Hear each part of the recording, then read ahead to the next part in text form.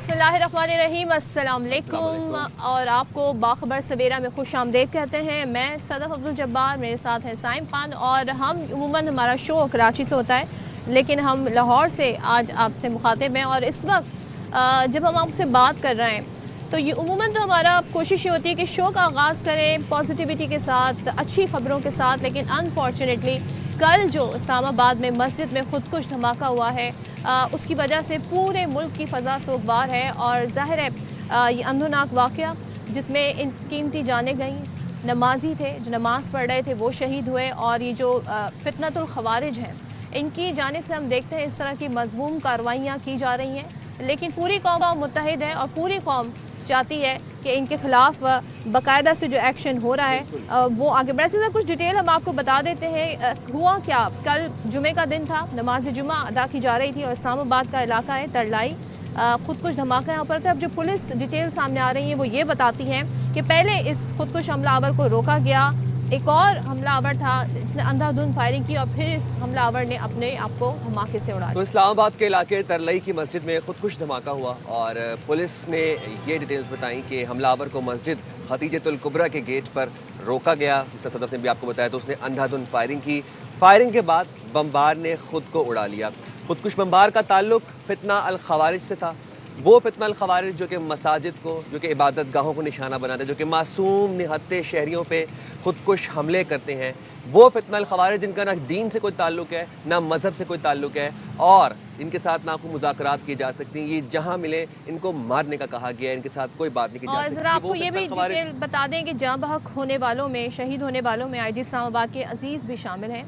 और हमने कल ये देखा कि फिर वहाँ पर मोहसिन नकवी साहब भी पहुँचे और साथ ही वज़ीर मुमलिकत तलाल चौधरी ने भी गुफ्तगू की। वज़ीर आज़म शहबाज शरीफ, सदर मुमलिकत आसिफ अली ज़रदारी की जानिब से इस्लामाबाद धमाके की मज़म्मत की गई है। सदर मुमलिकत ने कहा कि बेगुनाह शहरियों को निशाना बनाना इंसानियत के ख़िलाफ़ जुर्म है और कौम मुश्किल की इस घड़ी में मुतासरा ख़ानदान के साथ है। जबकि वज़ीर आज़म ने कहा है कि इस पूरे वाक़े की तहकीकात कराकर ज़िम्मेदारों को करार वाकई सज़ा दी जाए। तो शरपसंदी और बेअमनी फैलाने की हरगिज़ इजाज़त नहीं दी जाएगी। पूरी कौम, पूरा मुल्क मुत्तहिद है। और जो कल जो अफसोसनाक वाक़या हुआ इस्लामाबाद में, उनके लवाहिकीन के साथ, उनके सोगवारान के साथ इजहार ताज़ियत करते हैं हम भी और पूरा मुल्क भी। सोगवारान ज़रा मज़ीद पूछ लेते हैं क्योंकि नंबर हमारे पास ज़ख्मियों की बड़ी तादाद में नंबर आया था। हमारे साथ ज़ैनब हमारी नुमाइंदा मौजूद हैं। ज़ैनब की तरफ चलते हैं और जानते हैं कि इन ज़ख्मियों को कहाँ कहाँ पर ये ज़ेर इलाज है और क्या सूरत हाल है। ज़ैनब, थोड़ा सा हमें आगाह कीजिएगा, कल तक ह्यूज नंबर आ रहा था ज़ख्मियों की तादाद का, आपके पास क्या तादाद है और कहाँ कहाँ पर ये ज़ेर इलाज है? जी सदफ, जैसे कल इमाम बारगाह में खुदकुश हमला हुआ तो इस्लामाबाद के 3 बड़े हस्पताल पिम्स, पॉलीक्लिनिक और CDA को हाई अलर्ट किया गया। और इस वक्त मैं इस्लामाबाद के पिम्स हॉस्पिटल में मौजूद हूँ। यहाँ पर कल 139 ज़ख्मियों को और उसके साथ साथ डेड बॉडीज़ को लाया गया, जिसमें से 28 डेड बॉडीज़ जो हैं वो पिम्स से और जो कि 4 डेड बॉडीज़ हैं वो पॉलीक्लिनिक से लवाहिकीन के हवाले की गई। पिम्स इंतज़ामिया का कहना है कि जिनकी डेथ हुई थी वो डेड बॉडीज़ की सूरत में ही लाए गए थे। पिम्स में कोई ज़ख्मी जो है वो फोत नहीं हुआ। यहाँ पर बाकी जो बचे थे 21 बता रही है कि ज़ख्मियों को पिम्स अस्पताल लाया गया। अफसोसनाक वाक़या था कल इस्लामाबाद के इलाके तरलाई में पेश आया, जहाँ पर एक फितनल ख़वारिज रखने वाले दहशतगर्द ने खुदकुश हमला किया, मस्जिद में खुदकुश हमला किया। उस वक्त किया जब लोग जुम्मे की नमाज़ पढ़ रहे थे। और इससे ज़्यादा वल्नरेबल इंसान कभी नहीं होता कि जब वो अपनी नमाज़ पढ़ा हो, जब अपने खुदा को याद कर रहा हो, सजदा रेज़ हो, उस टाइम पर फितनल ख़वारिज के इस जहन्नमी ने खुदकुश हमला किया। तो ज़ैनब हमारे साथ मौजूद है। ज़ैनब, बताइएगा ज़ख्मियों को किन किन अस्पतालों में शिफ्ट किया गया? अस्पतालों में इमरजेंसी भी नाफिज की गई थी और साथ ही बताइएगा कि ज़ख्मियों की हालत अब क्या है? जी, जैसे मैंने आपको बताया कि 3 अस्पताल को हाई अलर्ट किया गया था और इस वक्त मैं पिम्स हॉस्पिटल में मौजूद हूँ, जहाँ पर 139 के करीब लोगों को लाया गया है, जिसमें ज़ख्मी और डेड बॉडीज़ जो थी वो शामिल थी। पिम्स से 28 डेड बॉडीज़ जो हैं वो लवाहिकीन के हवाले की गई थी, जबकि 121 लोग जो हैं उनको यहाँ पर एडमिट किया गया था। यहाँ पर पिम्स एक ऐसा हॉस्पिटल है जहाँ पर ना सिर्फ इस्लामाबाद बल्कि दूर दराज के लोग भी आम रूटीन में भी यहाँ पर काफ़ी रश होता है। तो इसी सूरत हाल को देखते हुए यहाँ पर एक न्यू इमरजेंसी जो है वो कायम की गई थी। जब गुज़िश्ता रोज़ ज़ख्मियों को लाया गया तो पहले उनको न्यू इमरजेंसी लेकर जाया गया, लेकिन तादाद बहुत ज़्यादा थी, जिसके बाद उनको ओल्ड इमरजेंसी में अब सारे मरीज़ों को और जो ज़ख्मी थे उनको शिफ्ट किया गया है। पिम्स इंतज़ामिया और जो पिम्स की तर्जुमान हैं उनके मुताबिक कुछ पेशेंट जो थे वो सीरियस थे और तकरीबन 20 के करीब सर्जरीज़ जो हैं वो गुज़िश्ता रोज़ हुई हैं, जबकि 4 से 6 मज़ीद सर्जरियाँ जो हैं वो मुतवक्का है। जो 121 लोग थे उसमें से कुछ लोग ऐसे भी थे जो शदीद ज़ख्मी तो नहीं थे, लेकिन चोट लगने की वजह से और ब्लीडिंग ज़्यादा होने की वजह से ऐनी शाहिदीन के मुताबिक कुछ लोग वहाँ पर बेहोश हुए जिनको हॉस्पिटल लाया गया, जबकि कुछ लोग ऐसे थे जो सीरियस कंडीशन में थे। यहाँ पर जब उनको लाया गया तो खून की कमी की वजह से तकरीबन 60 खून की बोतल्स जो हैं वो भी यहाँ पर लगाई गई हैं, क्योंकि ये वाक़या ठीक है। ज़ैनब हमारे साथ हैं और ज़ैनब ये सूरत हाल बता रही हैं और ज़ाहिर है कुछ ज़ख्मी ऐसे भी हैं जिनकी बताया जा रहा है कि हालत जो है वो क्रिटिकल भी है। हम दुआ गो हैं ख़ास तौर पे इन ज़ख्मियों के हवाले से कि अल्लाह पाक इन्हें शिफायाब करे और फैमिलीज़ के साथ जो सोगवारान हैं जिस वक्त जितनी हम उनके साथ इज़हार यकजहती कर सकते हैं हमें करनी चाहिए। इस सारी सूरत हाल पर बात करेंगे। ब्रिगेडियर रिटायर्ड मसूद अहमद ख़ान साहब ने हमें ज्वाइन किया है।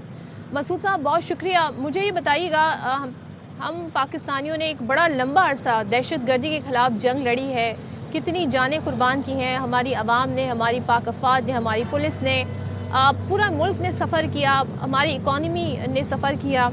ये जो हम देख रहे हैं फिनोमेना एक बार फिर से दहशत गर्दी का, ख़ास तौर पर सॉफ्ट टारगेट की अगर हम बात करें, मसाजिद में धमाका, खुदा न खास्ता किसी ऐसी पब्लिक प्लेस पर धमाका, आप क्या समझते हैं कि क्या मकासद अचीव करना चाहते हैं दहशत गर्द? जी बहुत शुक्रिया। देखें कल बहुत बड़ा अफसोसनाक वाक़या और हमारी जो दुआएं हैं लवाहिकीन के साथ है, शोदा के लवाहिकीन के साथ है। और जो आप जिस तरह बात कर रही हैं, देखें कि अल्टीमेटली जो ऑब्जेक्टिव्स है कि वो जो दहशतगर्द हैं जो इंडिया में बैठे हुए हैं, जो हैंडलर्स उनके हैं या अफगानिस्तान में बैठे हुए हैं, वो चाहते हैं पाकिस्तान में पैनिक हो। बलूचिस्तान में हालात आपने देखे हैं, फिर खैबर पख्तूनख्वा में है और अभी अब आपके कैपिटल में आए। तो it is the strategic signalling कि हमारी एक्सेस क्या हम क्या है, और गवर्नमेंट ऑफ पाकिस्तान को वो चाहते हैं, स्टेट ऑफ पाकिस्तान को वो एम्बेरस करना चाहते हैं। दैट इज़ वन थिंग कि एक तो ये चीज़ है, और सेकंड देखें कि वो एक इंटरनेशनल अटेंशन अट्रैक्ट करना चाहते हैं कि पाकिस्तान में हालात वाक़यात या सिक्योरिटी सिचुएशन यहाँ पे कि क्या है। तो इस तरह से जिस तरीके से उनकी प्रेजेंस है या उनकी एक्सेस हुई है, तो उससे ये लगता है कि उनकी पहुंच है, जिस तरीके से हालात वाक़यात डेवलप हो रहे हैं। लेकिन स्पेशली जब टाइमिंग्स हम देखते हैं जो पाकिस्तान के अंदर से देखें कि जो डेवलपमेंट्स हमने रिसेंट पास में देखी हैं, और ख़ास तौर पर पाकिस्तान की जो एक जियो स्ट्रेटजिक प्रोफाइल बढ़ गया था, पाकिस्तान की इंपॉर्टेंस बढ़ गई है, पाकिस्तान एक नेट सिक्योरिटी प्रोवाइडर भी है खत्ते में। और फिर अब देखें दुनिया भर से dignitaries they are visiting Pakistan. Kazakhstan के प्रेसिडेंट आए, उज़्बेकिस्तान के प्रेसिडेंट इन पाकिस्तान में थे जब ये वाक़या हुआ। और इसके साथ देखें कि मिलिट्री लीडरशिप भी पाकिस्तान का विज़िट कर रही, तो पाकिस्तान की एक वो वैल्यू बढ़ गई है। और इसके साथ साथ देखें कि पाकिस्तान ने जिस तरीके से बलूचिस्तान में काउंटर टेरर ऑपरेशन किया, 216 दहशतगर्द मारे गए हैं, तो एक साइजेबल ह्यूज से है दहशतगर्दों की एक स्ट्रेंथ थी, तो वो भी एक सेटबैक था उनको वहाँ से मिला। और इसके अलावा आपने एक स्टैंड लिया, जब आपने क्रिकेट पॉलिसी के ऊपर आपने एक बड़ा मजबूत स्टैंड लिया और मजबूती से आप खड़े रहें, उससे भी बहुत सारे लोगों को तकलीफ हुई। फिर बसंत फेस्टिवल भी आप देखें जिस जोश व खरोश से इसका ऑर्गेनाइज किया गया, लोगों में एक जज्बा था, बाहर से लोग आ रहे थे, तो पाकिस्तान के अंदर एक समझ लिया खुशी का माहौल उसमें था। तो वो ये बहुत सारे ऐसे फैक्टर्स हैं जिससे फिर आपकी इकोनॉमिक स्टेबिलिटी भी आ रही थी, इन्वेस्टमेंट भी आ रही थी, पाकिस्तान में माइंस एंड मिनरल्स की बात हो रही थी। सो आपके दुश्मन जो है वो नहीं चाहते पाकिस्तान में यहाँ डेवलपमेंट हो, स्टेबिलिटी हो। और आप देखें ये वो तमाम मकासद थे, वो चाहते थे इसको डी रेल करे। तो देयर फॉर जो हैंडलर्स बैठे हुए थे, और देखें तो इसमें तो कोई शक ही नहीं है ना कि किसने सोचा होगा। देखें कि इंडिया क्लेम कर रहा है ना कि ऑपरेशन जो सिंदूर का 2.0 ये जारी है। सो देयरफॉर अब मोदी साहब ने भी बात की, बहुत सारे उनके लोग कह रहे हैं कि हम ये जो वहाँ पे कर रहे हैं, सो ये है कि अफगानिस्तान से सारा कुछ ताने बाने जाके मिलते हैं। और फिर जो दहशतगर्द जो था, जो ये सुसाइडर जो था, ये देखें कि इसके अफगानिस्तान की फ्रिक्वेंट ट्रेवल हिस्ट्री है, और ये लास्ट गया 5 महीने रह के आया था। सो इंडोक्ट्रिनेशन वहाँ पे भी सारी तैयारियां मुकम्मल करके यहाँ पे आया। सो देखें कि बुनियादी मकसद तो उन्होंने आपको ये आप को कन्वे किया कि हम यहाँ भी पहुँच सकते हैं। लास्ट ईयर नवंबर में भी आपने देखा कचहरी में हमला हुआ था और सुसाइड हमला हो, उसमें भी शहादतें हुई थी। सो मकसद ये है, और उस मसूद वक्त साहब, क्लेम किया लास्ट ईयर कि भी जितने हमले हुए थे, चाहे वो एफसी हेडक्वार्टर्स का हो, चाहे वो इस्लामाबाद कचहरी का हो, जितने हमले थे उन सब में फितना अल खवारिज थे।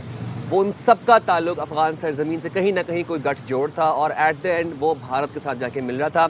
आपने बड़ी अच्छी बात की कि आज जब मुल्क की मईशत इस्तेहकाम की तरफ गामजन है, आज जब पूरा मुल्क यूनाइटेड था, एक पेज पर था, एक शहर में फेस्टिविटी चल रही है, एक शहर में हम देख रहे हैं कि दूसरे ममालिक के सरबरा पाकिस्तान विजिट कर रहे हैं, उज़्बेक सदर पाकिस्तान आए हुए थे, MOUs हो रहे हैं, ट्रेड मुआहिदे हो रहे हैं, फिर माइंस एंड मिनरल्स पर बात हो रही है, एक्सप्लोरेशन पर बात हो रही है। पाकिस्तान के अज़ली दुश्मन भारत को ये हज़म नहीं हुआ। अपने सहूलतकार अफ़गानिस्तान में बिठा के प्रॉक्सीज़ के ज़रिए पाकिस्तान में दहशत गर्दी को एक दफ़ा फिर से हम देख रहे हैं कि लहर हाइक हो रही है, वेव आ रही है। मुस्तकिल बुनियादों पर क्या इक़दाम किए जा सकते हैं सर? देखें कि इसका वे फॉरवर्ड तो ये है कि हमें एक तो अफगानिस्तान बेस ऑफ ऑपरेशन है, एपिक सेंटर है, उसमें कोई शक नहीं है। अब इंडिया अभी फुली दोबारा आके बैठ गया है। सो इनका एक नेक्सिस से तीसरा ट्राइका है, अभी इसराइल भी आ गया है।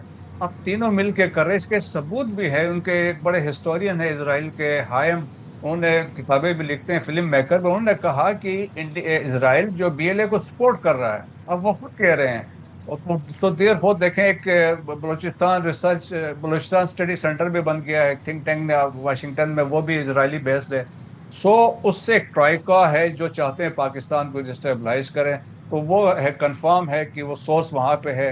This is one thing. So हमें तो एक तो जाना चाहिए सोर्स, काइनेटिकली हमें उनके टारगेट्स पे जाना चाहिए जहाँ से ये दहशतगर्दी आ रही है।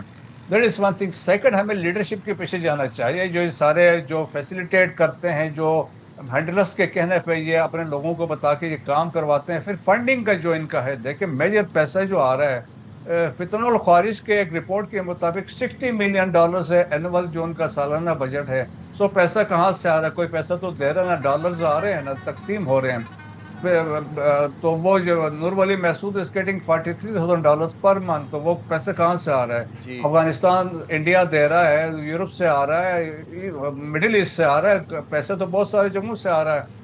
तो उनके पीछे जाना चाहिए। इसके साथ साथ हमें ये देखना चाहिए जो जहन साजी कर रहे हैं, इंडोक्ट्रिनेशन हो रही है, क्या है वो किसी मदरसे में हो रही है या अफगानिस्तान में हो रही है, स्कूल में हो रही है, या BYC बलूचिस्तान सोकर यकजहती काउंसिल के प्लेटफॉर्म से हो रही है, क्यों वह लोग को इस तरह तैयार कर रहे हैं? तो हमें इस तरह अकॉर्डिंगली अपने भी जो काउंटर नैरेटिव है मज़ीद मजबूत करके हमें पेश करना होगा।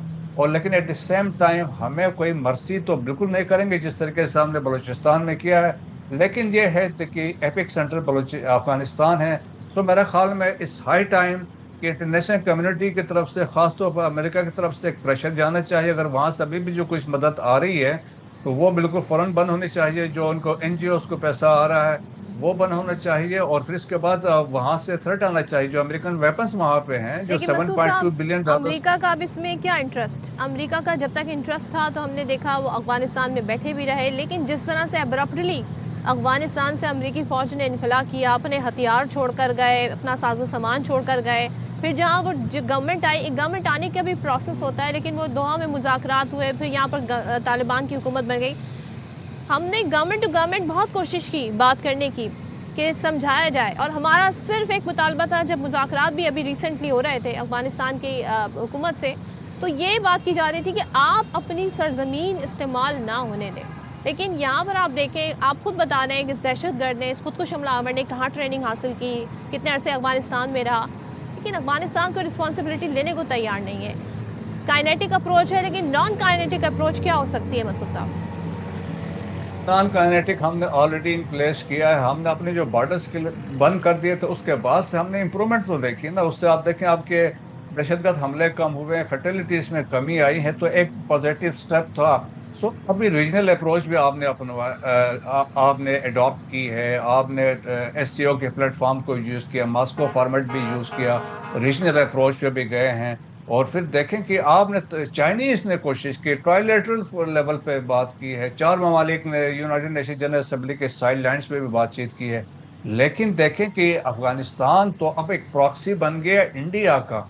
अब वो अभी वो एडमेंट है कि आपको पाकिस्तान को डिस्टेबलाइज करना। ये हमें मानने चाहिए कि 2 मुल्क है दुनिया में, एक इंडिया है, एक अफगानिस्तान है, जिन्होंने आपको एक्सेप्ट नहीं किया है। They never recognise Pakistan as a independent sovereign state. So Afghanistan जो सो कॉल इस्लाम के नाम पे जो आए हैं, वो एक हिंदुत्व रिपब्लिक के साथ मिल गए पाकिस्तान के अगेंस्ट। जी अफगानिस्तान से हमें खैर नहीं है। और फिर देखिए अमेरिका का क्यों इंटरेस्ट नहीं रहेगा। आप देखें जिस अलकायदा के लिए उन्होंने 9/11 के बाद हमले किए थे, आज अलकायदा दोबारा मजबूत हो गई, नेक्सस है, अलकायदा है, अफगान तालिबान रजीम है और टीटीपी के आपस में ये एक नेक्सस बन चुका है। वो ड्रग रूट्स को कंट्रोल अलकायदा कर रही है, गोल्ड माइनिंग को वो वहाँ पे कंट्रोल कर रहे हैं, और इस्लामिक स्टेट वहाँ पे मजबूत हो गई है। और वहाँ तो देखें देयर इज ए और बहुत सारे दहशतगर्द तंजीमें हैं। अभी आप देखें रिसेंट जो रिपोर्ट्स आई हैं, 41 कंट्रीज ने दुनिया में ये कहा है, उन ममालिक में स्लीपर सेल्स हैं, अफगान स्लीपर सेल्स हैं link with the terrorist organisation in Afghanistan. Europe ने लास्ट ईयर उन्होंने एक साल में 92 थ्रेड अलर्ट जारी किए हैं, रेडिकलाइज जो अफगान रिलेटेड जो थ्रेट्स थे वहाँ पे। खाली जर्मनी ने 118 थ्रेड अलर्ट जारी किए हैं अफगान रेडिकलाइजेशन बिल्कुल के। आपने सही आपने कहा। और रिसेंटली देखा ना। आपकी ये बात बिल्कुल ठीक थी कि ये जो दीन के नाम पर तालिबान हुकूमत बना के बैठे हैं, ये सिर्फ अपने मजमूम मकासद इस्तेमाल के लिए वो कर रहे हैं अपने इस हुकूमत को, अपने इस इख्तियार को। बहुत शुक्रिया, आपने बाखबर सवेरा की बात निकाला। और ये जो भारत अफगानिस्तान और टेरर का जो नेक्सस है आज ये पूरी दुनिया के सामने एक्सपोज हो चुके हैं। ये जो दीन की बात करती हैं, इनका दीन से कोई ताल्लुक नहीं है। कोई दीन कोई मजहब नहीं सिखाता कि मासूम निहत्ते बच्चों को मसाजिद में जाके शहीद करना है। कोई दीन नहीं सिखाता कि मासूम शहरियों को उनकी इबादत गाहों में जाके शहीद करना, उन पर हमले करने। इनका दीन से कोई ताल्लुक नहीं है, इसीलिए इनको फितना अल खवारिज कहा जाता है। अच्छा, कल हम देख रहे थे सारे इशू पर वज़ीर दिफा ख्वाजा आसिफ ने भी बात की, और वो कहते हैं पाकिस्तान में मौजूद दहशतगर्दों की पुष्टपनाही अफगान हुकूमत कर रही है, और हमें ये पैगाम दिया कि हमारे तमाम इलाका के इनकी सब में ख्वाजा आसिफ साहब का बयान है, और वही कहते हैं पाकिस्तानी हुकूमत और अफवाज इसका भरपूर जवाब देंगे।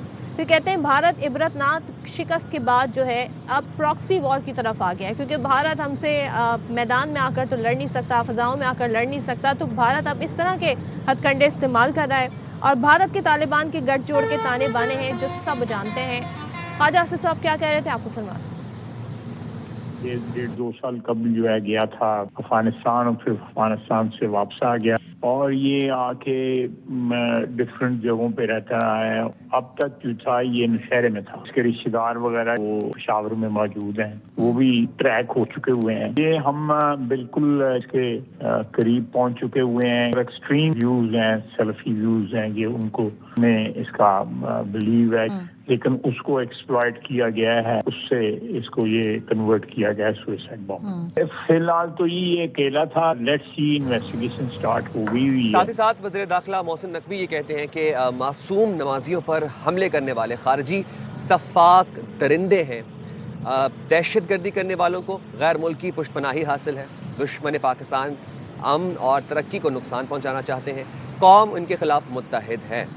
और सेनेटर राना सनाउल्लाह कहते हैं कि अफगानिस्तान में दहशतगर्दों के तरबियती कैंप मौजूद हैं, और कलअदम BLA कलअदम TTP को भारत से फंडिंग हो रही है। और पूरी दुनिया में ये जलील होने के बाद भारत ने हिकमत अमली अपनाई है। तो ये ज़रा जान लेते हैं, क्योंकि हम साथ आप ये तो आपने देखा कि हमारे जो गुजरा हैं वो इस बात को रीइटरेट कर रहे हैं कि किस तरीके से नेक्सस है अफगानिस्तान का और भारत का। लेकिन थोड़ा हमें वर्ल्ड रिएक्शन पर भी बात करनी चाहिए, क्योंकि अमेरिका, सऊदी अरब, ईरान, रूस, चीन, तुर्की और अफगानिस्तान समेत मुख्तलिफ जो ममालिक हैं उन्होंने इस्लामाबाद इस खुदकुश हमले की मजम्मत की है, और दहशतगर्दी के खिलाफ, शिद्दत पसंदी के खिलाफ पाकिस्तान से इजहार यकजहती किया है।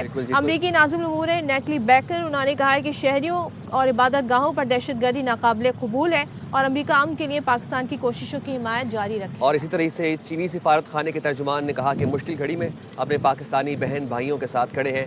तुर्की ने कहा कि दहशतगर्दी के खिलाफ जंग में पाकिस्तान से मुकम्मल यकजहती का ऐलान करते हैं। और अफगान वज़ारत ख़ारजा ने कहा कि मस्जिद का तक़द्दुस पामाल करने और शहरियों को निशाना बनाने की सख्त मजम्मत करते हैं। तो जनाब इस हवाले से बात कर रहे थे, हमारे साथ मौजूद है दिफाई तज्जियाकार ब्रिगेडियर रिटायर्ड वकार हसन खान साहब। बहुत शुक्रिया वकार साहब, आपने बाखबर सवेरा के लिए वक्त निकाला।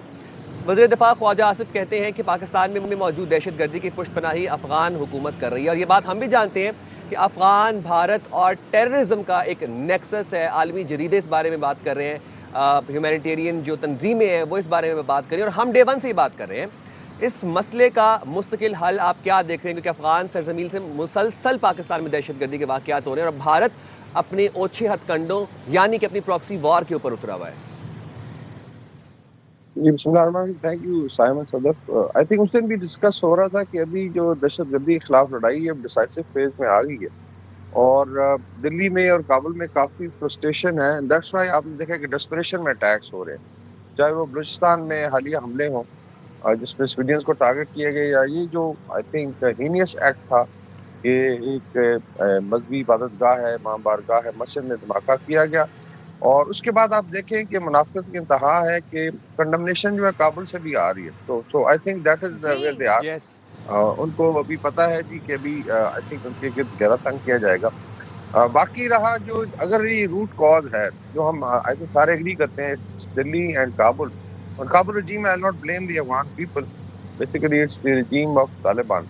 तो उनके against I think whatever we have, चाहे उसकी कैपेसिटी भारत से 5 गुना कम है, चाहे अफगानिस्तान से हमारी कैपेसिटी बेहतर है, आई थिंक हर डोमेन में there is a need for response. ये आई वुड इवन से कि दोवल की बड़ी पुरानी स्ट्रेटजी थी ऑफेंसिव डिफेंस की, we'll have to probably adopt that. और भारत की फॉल्ट लाइन आप देख लें, परसों से खबर आ रही है कि मणिपुर इज बर्निंग, और ऑलमोस्ट वहाँ पे सिविल वॉर की सिचुएशन है। साउथ इंडिया है, इंडियन पंजाब है, बड़ी कॉल्स हैं। और ऑक्युपाइड कश्मीर हमारा genuine I would say case है कश्मीरियों का पाकिस्तान का। तो अभी इन तमाम आई थिंक फॉल्ट लाइन पे Pakistan will have to hit, और इट कुड बी काइनेटिक और नॉन काइनेटिक, जो भी है, डिप्लोमेटिक है, इकोनॉमिक है, इंफॉर्मेशनल है, मीडिया वॉर है। अभी मैं देख रहा था जो सोशल मीडिया डिस्कोर्स है उसमें 3 एंटिटीज आपको नजर आएंगी इसको एक्सप्लॉइट करते। एक definitely Afghan social media cells हैं, आधे दिल्ली से ऑपरेट हो रहे हैं, इंडियन मीडिया सेल्स हैं, and then comes you know some of our own people, एक पॉलिटिकल पार्टी के और बाहर इनके जो बड़े बड़े सो कॉल्ड डॉक्टर्स बैठे हुए हैं, they were trying to twist it. ये खुदा ना खासा इसका लिंक है विद यू नो 8 मई एंड ऑल दैट, सॉरी 8 फरवरी जो है। तो मेरे ख्याल में ये इसको भी रिवर्ट करने की जरूरत है। इट्स अ डिसाइसिव फाइट, इंशाल्लाह पाकिस्तान जीतेगा, पाकिस्तान की आवाम जीतेगी, but we have to go on the offensive now. Waqar साहब एक चीज़ बताइएगा, राना सनाउल्लाह साहब कहते हैं अफगानिस्तान में दहशतगर्दों के तरबियती कैंप्स हैं, ये उनके खिलाफ कोई कार्रवाई नहीं करते तो पाकिस्तान को बता दें कि क्या करना है। आप मुझे बताएं, वहाँ से कंडेमेशन भी हो रही है लेकिन एक्सेप्टेंस नहीं है, डिनाइल है। जब मुज़ाकरात भी हो रहे थे तब भी डिफरेंट फैक्टर्स थे जिन्होंने मजबूर किया हुआ था अफगान गवर्नमेंट को कोई भी फैसला लेने को। लेकिन ये जो वाक़या हुआ है जिसमें खुद भी अफगान गवर्नमेंट कंडेम कर रही है, आप नहीं समझते कि अब इसकी अप्रोच डिफरेंट पाकिस्तान को अपनानी चाहिए टुवर्ड्स अफगानिस्तान? क्या होना क्या चाहिए? आई थिंक जितने भी अवेलेबल हैं आपके पास टूल्स को इस्तेमाल करना चाहिए। तुर्किया में भी आई थिंक बहुत ज़्यादा कंडेमनेशन भी, उन्होंने मॉरल सपोर्ट भी दी पाकिस्तान को। आई थिंक 5 को यौम कश्मीर था और अली शाहीन साहब आए हुए थे, उनके एक सेनेटर हैं, और उन्होंने आई थिंक कश्मीर के लिए भी सपोर्ट पाकिस्तान के लिए अगेंस्ट टेररिज्म जो फाइट है। यहाँ पे ये भी आई थिंक है कि शायद डाउन साइजिंग कर रहे हैं अफगान सफारत जो खाना है, बिकॉज दे वर फ्रस्ट्रेटेड कि डिस्पाइट के एक भाई ने कोशिश की कि मुज़ाकरात और हल निकले, लेकिन इतनी आई वुड से एरोगेंस है। और यही यहाँ पे अफगान डायस्पोरा कहता है कि जो तालिबान रजीम जिसको मैं ख्वारिज रजीम कहता हूँ बहुत ज़्यादा एरोगेंट है, but that's also I think their nemesis. इसी एरोगेंस की वजह से they are no basically isolated. Iran इनसे बात भी करना चाहता है। सेंट्रल एशिया में आपको पता है जो ताजिकिस्तान के साथ हो रहा है, चाइनीज इंजीनियर को मारा जा रहा है। दे थिंक प्रॉब्ली भारत की मनी या पैसा लेके दे के नो डिस्टेबलाइज और कंसेशन ड्रॉ करेंगे। आई थिंक ये होगा नहीं। आई फील कि इस रजीम का भी शायद ये लास्ट ईयर ही है, और अगर इसी तरह ये चलते हैं तो इट विल कोलैप्स। बाकी we'll have to fight it out, उसमें हमारी अपनी लड़ाई भी है और पाकिस्तान के अवाम की लड़ाई है, और इंशाल्लाह पाकिस्तान सक्सीड करेगा। बस ये है कि अभी आपने फोकस रहना है और इंडिया एंड काबुल, और इस पे whatever means we have we'll have to fight it out. और ब्रिगेडियर साहब एक और बात ये कि हम जब बात करते हैं कि अफगानिस्तान से सरजमीन इसका इस्तेमाल किया जा रहा है पाकिस्तान के खिलाफ दहशतगर्दी के लिए, प्रॉक्सीज इस्तेमाल कर रहा है भारत अफगानिस्तान के थ्रू, तो अफगानिस्तान के पास भारत की पुष्टपनाही है और अमरीकी असलहा मौजूद है। ऐसे में कितना ज़रूरी है कि पूरा पाकिस्तान एक पेज पर हो, तमाम सियासी जमातें, तमाम ग्रुप्स, तमाम कम्युनिटीज़ एक पेज पर हों, एक ही टेबल पर मौजूद हों और मिलकर दहशतगर्दी का सामना करें, दहशतगर्दी की जंग को लड़ें। आई थिंक बहुत ज़रूरी, हम देखें बलूचिस्तान में इसका बड़ा अच्छा डिस्प्ले था और उसका बड़ा इम्पैक्ट आया। अभी भी आप देखें कि आई थिंक जो कल का और आज का ऑपरेशन चल रहा है खैबर में, उसमें बेशुमार दहशतगर्दों को ठिकाने लगाया गया, बट अनफॉर्चुनेटली अभी तक वो जो ओनरशिप होनी चाहिए, स्पेशली अगर आप एक पॉलिटिकल पार्टी का सोशल मीडिया देखें, it's very very unfortunate. Doctor उम्मीद भी ज़्यादा ऐसे लोग they are trying to create suspicion, और वजह क्या है, कितने पढ़े लिखे लोग हों कि सिर्फ एक पॉलिटिकल नैरेटिव के लिए you want to damage Pakistan. आप इनका नैरेटिव देखें, ये रेजोनेट्स, ऐसे लगता है कि दिल्ली, काबुल और जो बाहर इनके so called I would say इनका एक ग्रुप है अंडर जबरान इलियास, कि शायद एक ही टेबल पे बैठ के they are generating narrative. So I think उसके अंदर बहुत जरूरी यकजहती भी हो। आई एम श्योर अभी चीफ मिनिस्टर केपी जो है, उनकी मुलाकातें भी हुई हैं, उनको ब्रीफ भी किया गया है, and it's good thing. He should actually lead from the front. आप देखेंगे बड़ा, because KP is the front line ख्वारिज के अगेंस्ट, ख्वारिज के अगेंस्ट सबसे बड़ा फ्रंट लाइन ये, तो we have to I think take, और आई एम श्योर इंशाल्लाह ताला चीजें बेहतर होगी और पूरी कौम मिलकर लड़ेगी इंशाल्लाह।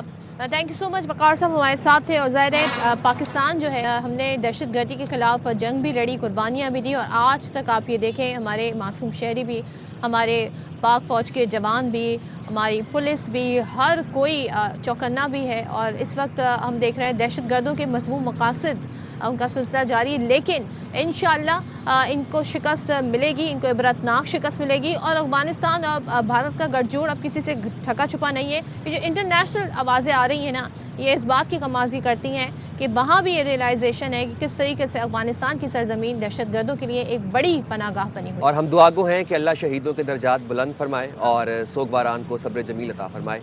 वक्त एक ब्रेक का, हाजिर होंगे ब्रेक के बाद।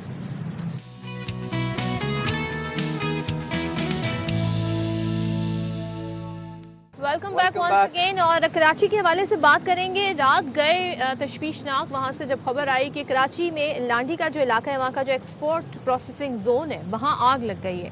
और उसके बाद जो मनाजिर हमें देखने को मिले कि किस तरीके से आग बिल्डिंग में तेज़ी से फैल रही थी, शिद्दत इख्तियार कर रही थी, करीबी गोदाम तक फैल गई थी। लेकिन फिर वहाँ पर हमने देखा कि फायर ब्रिगेड का हुकाम पहुँचा, तीसरे दर्जे की इस आग का डिक्लेयर किया गया, और आई थिंक उसके बाद इस आग पर अल्लाह का शुक्र है कि आग पर बर वक्त काबू पा लिया गया। कूलिंग का अमल जारी है। आप ये देखें कि इस तमाम तर जो वाक़या था, इसके अंदर रेस्क्यू ऑपरेशन में फायर ब्रिगेड की 10 गाड़ियाँ थी, बाउजर्स थे, 2 स्नार्कल्स ने हिस्सा लिया था, रेंजर्स एहलकार भी रेस्क्यू ऑपरेशन में शरीक रहे। चीफ फायर ऑफिसर ये बताते हैं कि आग ने पहले प्लास्टिक की फैक्ट्री को अपनी लपेट में लिया, उसके बाद फिर आग फैलती गई, फैलती जूतों के गोदाम में फैल गई। शोला तीसरी फैक्ट्री की जानिब बढ़ा और फिर वहाँ से वो तीसरी फैक्ट्री की जानिब बढ़ी थी आग, लेकिन फिर आग पर बर वक्त काबू पा लिया गया। डिप्टी कमिश्नर मलीर समीउल्लाह शेख के मुताबिक आग लगने के फ़ौरन बाद तमाम फैक्ट्रियों को इवैक्यूएट करवा लिया गया, खाली करवा लिया गया, जिसके बायस किसी जानी नुकसान, अल्हम्दुलिल्लाह किसी जानी नुकसान का हम देख रहे हैं कि कोई खबर नहीं आई। लेकिन ज़ाहिर है ये क्यों लगी, क्या वजह थी, इस वक्त क्या हाल है। हमारे नुमाइंदे अफजल खान हमारे साथ मौजूद हैं, उनसे जानेंगे। अफजल ज़रा हमें बताइएगा, अभी तो ज़ाहिर है मज़ीद इस हवाले से तहकीकात होंगी, फिर बताया जाएगा, लेकिन इनिशियली इब्तदाई तहकीकात क्या बता रही है, और इस वक्त आग मुकम्मल तौर पे बुझा ली गई है, कूलिंग का प्रोसेस इस वक्त जारी है? जी देखिए, इब्तदाई तौर पर यही बताया गया है कि आग बिजली की शॉर्ट सर्किट के बायस लगी थी, लेकिन हतमी तौर पर पुलिस हुकाम को और फायर ब्रिगेड हुकाम को इस पर तहकीकात करके ही बताना होगा। और उनका कहना है कि आग बुझाने का अमल मुकम्मल हो गया है, और कूलिंग का अमल जब मुकम्मल होगा उसके बाद फायर ब्रिगेड और दीगर इदारे मिलकर तहकीकात करेंगे। आप मेरे अकब में देख सकते हैं, ये वो फैक्ट्री है जिसके अंदर सबसे पहले आग लगी थी, और इसकी प्लास्टिक की फैक्ट्री है, और इसके अंदर बड़ी मकदार में प्लास्टिक का खाम माल मौजूद था, जिसकी वजह से आग की शिद्दत बहुत ज़्यादा बढ़ी। और उसके बाद इसके साथ ही एक पुराने कपड़ों और जूतों का गोदाम था, आग ने उसको भी अपनी लपेट में ले लिया। फिर जो तीसरी जो इमारत थी उसके अंदर एक फैक्ट्री कायम है, लेकिन वहाँ तक आग पहुँचने से पहले हिकमत अमली के तहत फायर ब्रिगेड ने इस आग पर काबू पा लिया था। ये जो बिल्डिंग है, इस बिल्डिंग पर मुख्तलिफ मुकामात पर देखा जा सकता है कि ये दीवारें भी तोड़ी गई हैं और ये दीवारें तोड़ने के नतीजे में ही जो है वो जल्द आग पर काबू पाया जा सका। गुज़िश्ता रोज़ लगभग 8:30 और 9 बजे के दरमियान शाम को यह आग लगी थी और उसमें एकदम से बहुत ज़्यादा शिद्दत आ गई थी। फिर उसके बाद इसे तीसरे दर्जे की आग करार देते हुए शहर भर से फायर ब्रिगेड्स की गाड़ियां और स्नॉर्कल्स यहां पर भेजी गई और उन्होंने आग बुझाने के अमल में हिस्सा लिया। फायर ब्रिगेड के साथ दिगर इदारे भी यहां पर रेस्क्यू ऑपरेशन में मसरूफ़ थे। सबसे खुशाइन बात यह है कि इस आतिशज़दगी के नतीजे में किसी किस्म का जानी नुकसान तो नहीं हुआ है, अलबत्ता लाखों रुपए बल्कि करोड़ों रुपए मालियत का जो खाम माल और दिगर अशिया थी वो इसके अंदर जल गई हैं। और अब यहाँ पर जो कूलिंग का अमल है वो जारी है और कूलिंग के अमल के दौरान भी हमने देखा कि बड़ी तादाद में फायर ब्रिगेड की गाड़ियाँ, फायर फाइटर्स और दिगर इमदादी टीमें यहाँ पर मौजूद थी ताकि जल्द से जल्द कूलिंग का अमल मुकम्मल किया जा सके और जो माल इसके अंदर अगर कहीं मौजूद है तो उसको महफूज मुकाम पर मुंतकिल किया जा सके। गुज़िश्ता शाम जब यह आग लगी थी तो उसके बाद रेस्क्यू इदारों के साथ दिगर इदारे भी मुसलसल काम करते रहे और उनकी कोशिश ये थी कि ना सिर्फ बिल्डिंग को खाली कराने के बाद जो अंदर सामान मौजूद है उसको भी बचाया जा सके और बड़ी तादाद में माल को बचाया भी गया। बताइएगा, मैं आपसे यही जानना चाह रहा हूँ कि शुक्र है जानी नुकसान की कोई इतलात नहीं है, लेकिन माली नुकसान के हवाले से कोई इतलात हैं? जी बिल्कुल साइम, माली नुकसान के बारे में बताया जा रहा है कि इसके अंदर प्लास्टिक के गोदाम में बड़ी मिकदार में जो है वो ख़ाम माल मौजूद था। उसके अलावा जो साथ में गोदाम था जहां पर पुराने कपड़े और जूते थे वो भी एक बड़ा स्टॉक वहां पर मौजूद था। तो इब्तिदाई तौर पर यही बताया जा रहा है कि करोड़ों रुपए मालियत का सामान जो है वो इसके अंदर जला है। अलबत्ता कुछ सामान जो है वो गुज़िश्ता रोज़ बचाया भी गया है और अब जबकि आग पर काबू पा लिया गया है तो कूलिंग के अमल के दौरान भी हमने देखा कि बिल्डिंग के मुख्तलिफ मुकामात से सामान को निकाल के अफजल हमें डिटेल बता रहे थे और सारी सूरत हाल के हवाले से ज़ाहिर है इस वक्त कूलिंग का अमल जारी है। इसके बाद ही मज़ीद तहकीकात होंगी। मेरे साथ इस वक्त मौजूद हैं chief fire officer Mohammad Humayun Khan sahab, उनसे बात करेंगे। हुमायूं साहब बहुत शुक्रिया ज्वाइन करने के लिए। थोड़ा सा आप हमें डिटेल बताएंगे, आग पर तो काबू पा लिया गया है, कूलिंग का प्रोसेस कितना टाइम लेगा और कहीं खुदा न खास्ता आग दोबारा से शुरू होने का कोई खदशा तो नहीं है? ये तकरीबन कल 8 बज के रात को 40 मिनट पे आग लगी थी और जब यहाँ पर हम आए तो दोनों फैक्ट्री में शोले जो है वो बाहर थे विंडो से और काफ़ी ज़्यादा शिद्दत थी, जिससे इर्द गिर्द की फैक्ट्रियों को भी काफ़ी खतरात पेश आए। ताहम ये है कि अल्लाह का शुक्र है बर वक्त जो है हमने शहर भर से 12 फायर टेंडर, 2 बाउजर और 3 स्नार्कल यहाँ पर डिप्लॉय की और फायर फाइटिंग की।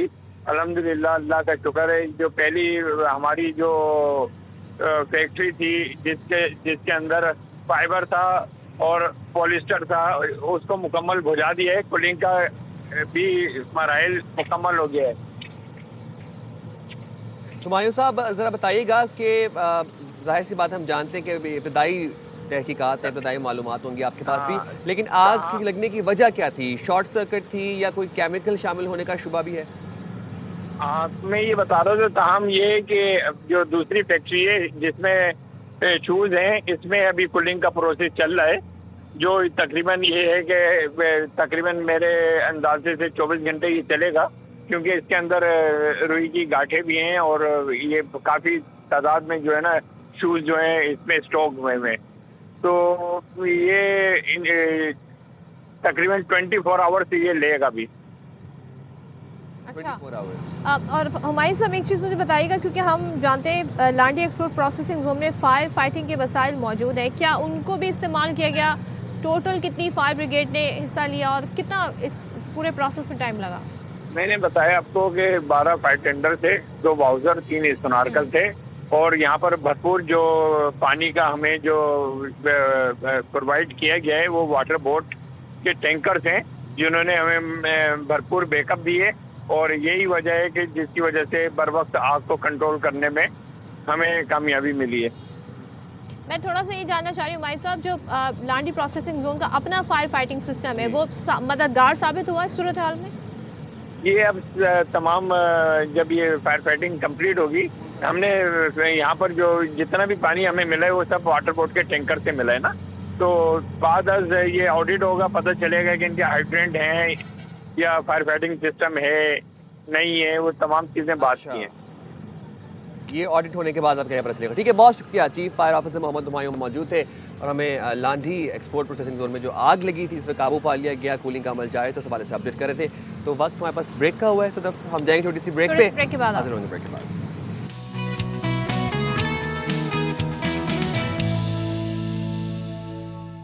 वेलकम बैक जनाब, और हम बाखबर सवेरा कर रहे हैं और आप बाखबर सवेरा देख रहे हैं और हम खेल के मैदान से खबरें शामिल ना करें, ऐसे कैसे? अच्छा, एक्चुअली आपको तो सब पता है कि ये जो वर्ल्ड कप T20 होने जा रहा है, क्योंकि आज 7 फैब है और 7 फैब से बाकायदा इसका आगाज़ हो रहा है।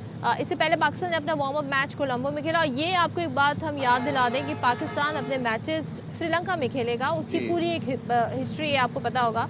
लेकिन अभी जो रिसेंटली बांग्लादेश के बाद हुआ है, तो अभी भी ये डिसाइड नहीं हुआ है कि क्या होगा पाकिस्तान और इंडिया के मैच का। लेकिन आज का जो शेड्यूल है ज़रा वो आपके साथ डिस्कस कर लेते हैं, क्योंकि आज से T20 वर्ल्ड कप का इफ्तिताह कुछ देर बाद होगा और हम देखेंगे कोलंबो में आज इसका इफ्तिताह होगा। पाकिस्तान और नीदरलैंड के दरमियान ये मैच खेला जाएगा, जिसके साथ क्रिकेट की फिर कहते हैं ना, ये जो T20 वर्ल्ड कप की एक जो जंग है इसका मुकाबला शुरू हो जाएगा। और शायकीन क्रिकेट जो हैं वो एक बार फिर से आई थिंक फॉर्मेट है ना T20 का साइन, ये बहुत ज़्यादा पॉपुलर है। यस, एंड शायकीन क्रिकेट हम देखते हैं कि बहुत पुरजोश हैं और T20 वर्ल्ड कप का बेसब्री से इंतज़ार भी कर रहे थे। आज इंतज़ार की घड़ी ख़त्म होने वाली है। T20 वर्ल्ड कप इब्तिदा ही से आपको पता है कि एक तनाज़े का शिकार था because of Bharat. Obviously Bharat हर अच्छी चीज़ में रंग में भंग डालता है, तो भारत की सियासी मुदाखलत, ICC की कमज़ोरी और रुकन ममालिक की खामोशी के बायस जो बांग्लादेश वाला इशू चल रहा था उसका कोई फाइनल वो मसला सॉर्ट आउट नहीं हुआ। पाकिस्तान ने इस बदउनवानी के खिलाफ मौक़िफ़ अपनाते हुए भारत के खिलाफ 15 फरवरी को मैच खेलने से इनकार कर दिया था, जिसके बाद टूर्नामेंट के रंग फीके पड़ गए हैं। पाकिस्तान अपना इंडिया के साथ जो 15 फरवरी को मैच था वो नहीं खेलेगा, since Bangladesh is not playing, Scotland is playing instead of Bangladesh. Pakistani team के कप्तान सलमान आगा ने टूर्नामेंट में अच्छे आगाज़ के लिए उम्मीद का इजहार भी किया। ज़रा हम बात कर लेते हैं कि इंडियन कैप्टन इस सारी सूरत हाल में क्या कह रहे हैं, क्योंकि काफ़ी ज़्यादा अब इंडिया से भी हमने देखा उन्हें तकलीफ बहुत हुई कि पाकिस्तान ये फैसला कैसे ले सकता है कि हमारे साथ मैच नहीं खेलेगा। लेकिन सुन लेते हैं इंडियन कैप्टन क्या कह रहे हैं। अभी हमने तो मना नहीं किया खेलने के लिए, उधर से आया है मनाई। ICC ने फिक्सचर दिया है, BCCI ने और गवर्नमेंट ने न्यूट्रल वेन्यू डिसाइड किया है ICC के साथ खेलने के लिए। हमारी तो फ्लाइट बुक है भाई कोलंबो की, तो हम तो जा रहे हैं, बाकी दो देख लीजिए। तो जनाब नुमाइंदे खुसूसी बराए खेल शाहिद हाशमी को शामिल गुफ्तगू कर लेते हैं। Shahid Hashmi, if I am not wrong, आप कोलंबो में मौजूद हैं, बताइएगा इस वक्त आवाम में क्या जोश व जज्बा देख रहे हैं? क्रिकेट के दीवाने बेताबी से इंतजार कर रहे हैं, घंटे गिन रहे हैं कि कब पाकिस्तान और नीदरलैंड का मैच शुरू होगा। बिल्कुल साइम, आपको पता होना चाहिए कि मैं कोलंबो में हूँ और SSC क्रिकेट ग्राउंड के बाहर हूँ और बड़े शायकीन आ रहे हैं, पाकिस्तान के बहुत लोग आ रहे हैं। और चूंकि श्रीलंकन क्रिकेट बोर्ड ने एक बहुत ही अच्छा फैसला किया कि इस मैच को फ्री कर दिया, तो तमाशाइयों की एक बड़ी तादाद आ रही है। क्योंकि आपको पता है ना कि इस पार्ट ऑफ द वर्ल्ड में, चाहे वो इंडिया हो, पाकिस्तान हो, भारत हो, श्रीलंका हो, हमें मुफ्त की चीज़ में मुफ्त जो हाथ आए तो बुरा क्या है वाली गालिब की एक लाइन जो थी, तो मुफ्त जब मिलता है टिकट तो बड़ी तादाद में लोग आ रहे हैं। पाकिस्तानी दुबई से, अबू धाबी से, कनाडा से, अमेरिका से काफ़ी बड़ी तादाद में आए हैं पाकिस्तान को बैक करने के लिए। और माहौल भी अच्छा है। सुबह सवेरे थोड़ी सी बूंदाबांदी हुई थी, लेकिन अब मौसम काफ़ी क्लियर है, काफ़ी तेज़ धूप निकली हुई थी। अभी फिर थोड़ी देर में अब मौसम आलूद हो गया, लेकिन 2 बजे के बाद बारिश है। इससे पहले पाकिस्तान को ये दो पॉइंट्स चाहिए ही चाहिए। 2 पॉइंट चाहिए। अच्छा शायद साहब, मुझे थोड़ा सा बताएं, भारतीय जो कैप्टन है वो तो कह रहे हैं मौके की तलाश में, बल्कि एक तरीके से बेबसी का इजहार कर रहे हैं। कह रहे हैं हम तो जाएंगे कोलंबो, पाकिस्तान ने तो कह दिया हम नहीं खेलेंगे इनके साथ, लेकिन ये कोलंबो पहुंचेंगे और कह रहे हैं अगर हमें मौका मिला तो हम मैच खेलेंगे। तो मतलब फ़र्ज़ करें पाकिस्तान ने जो डिसाइड किया है, ये मंजर आ जाता है, 15 फरवरी आ जाती है और हमारा जो डिसीजन है वो अटल है अभी तक, हम ये देख रहे हैं। क्योंकि ज़ाहिर है हमारी बात मानेंगे तो हम इस पर गौर करेंगे।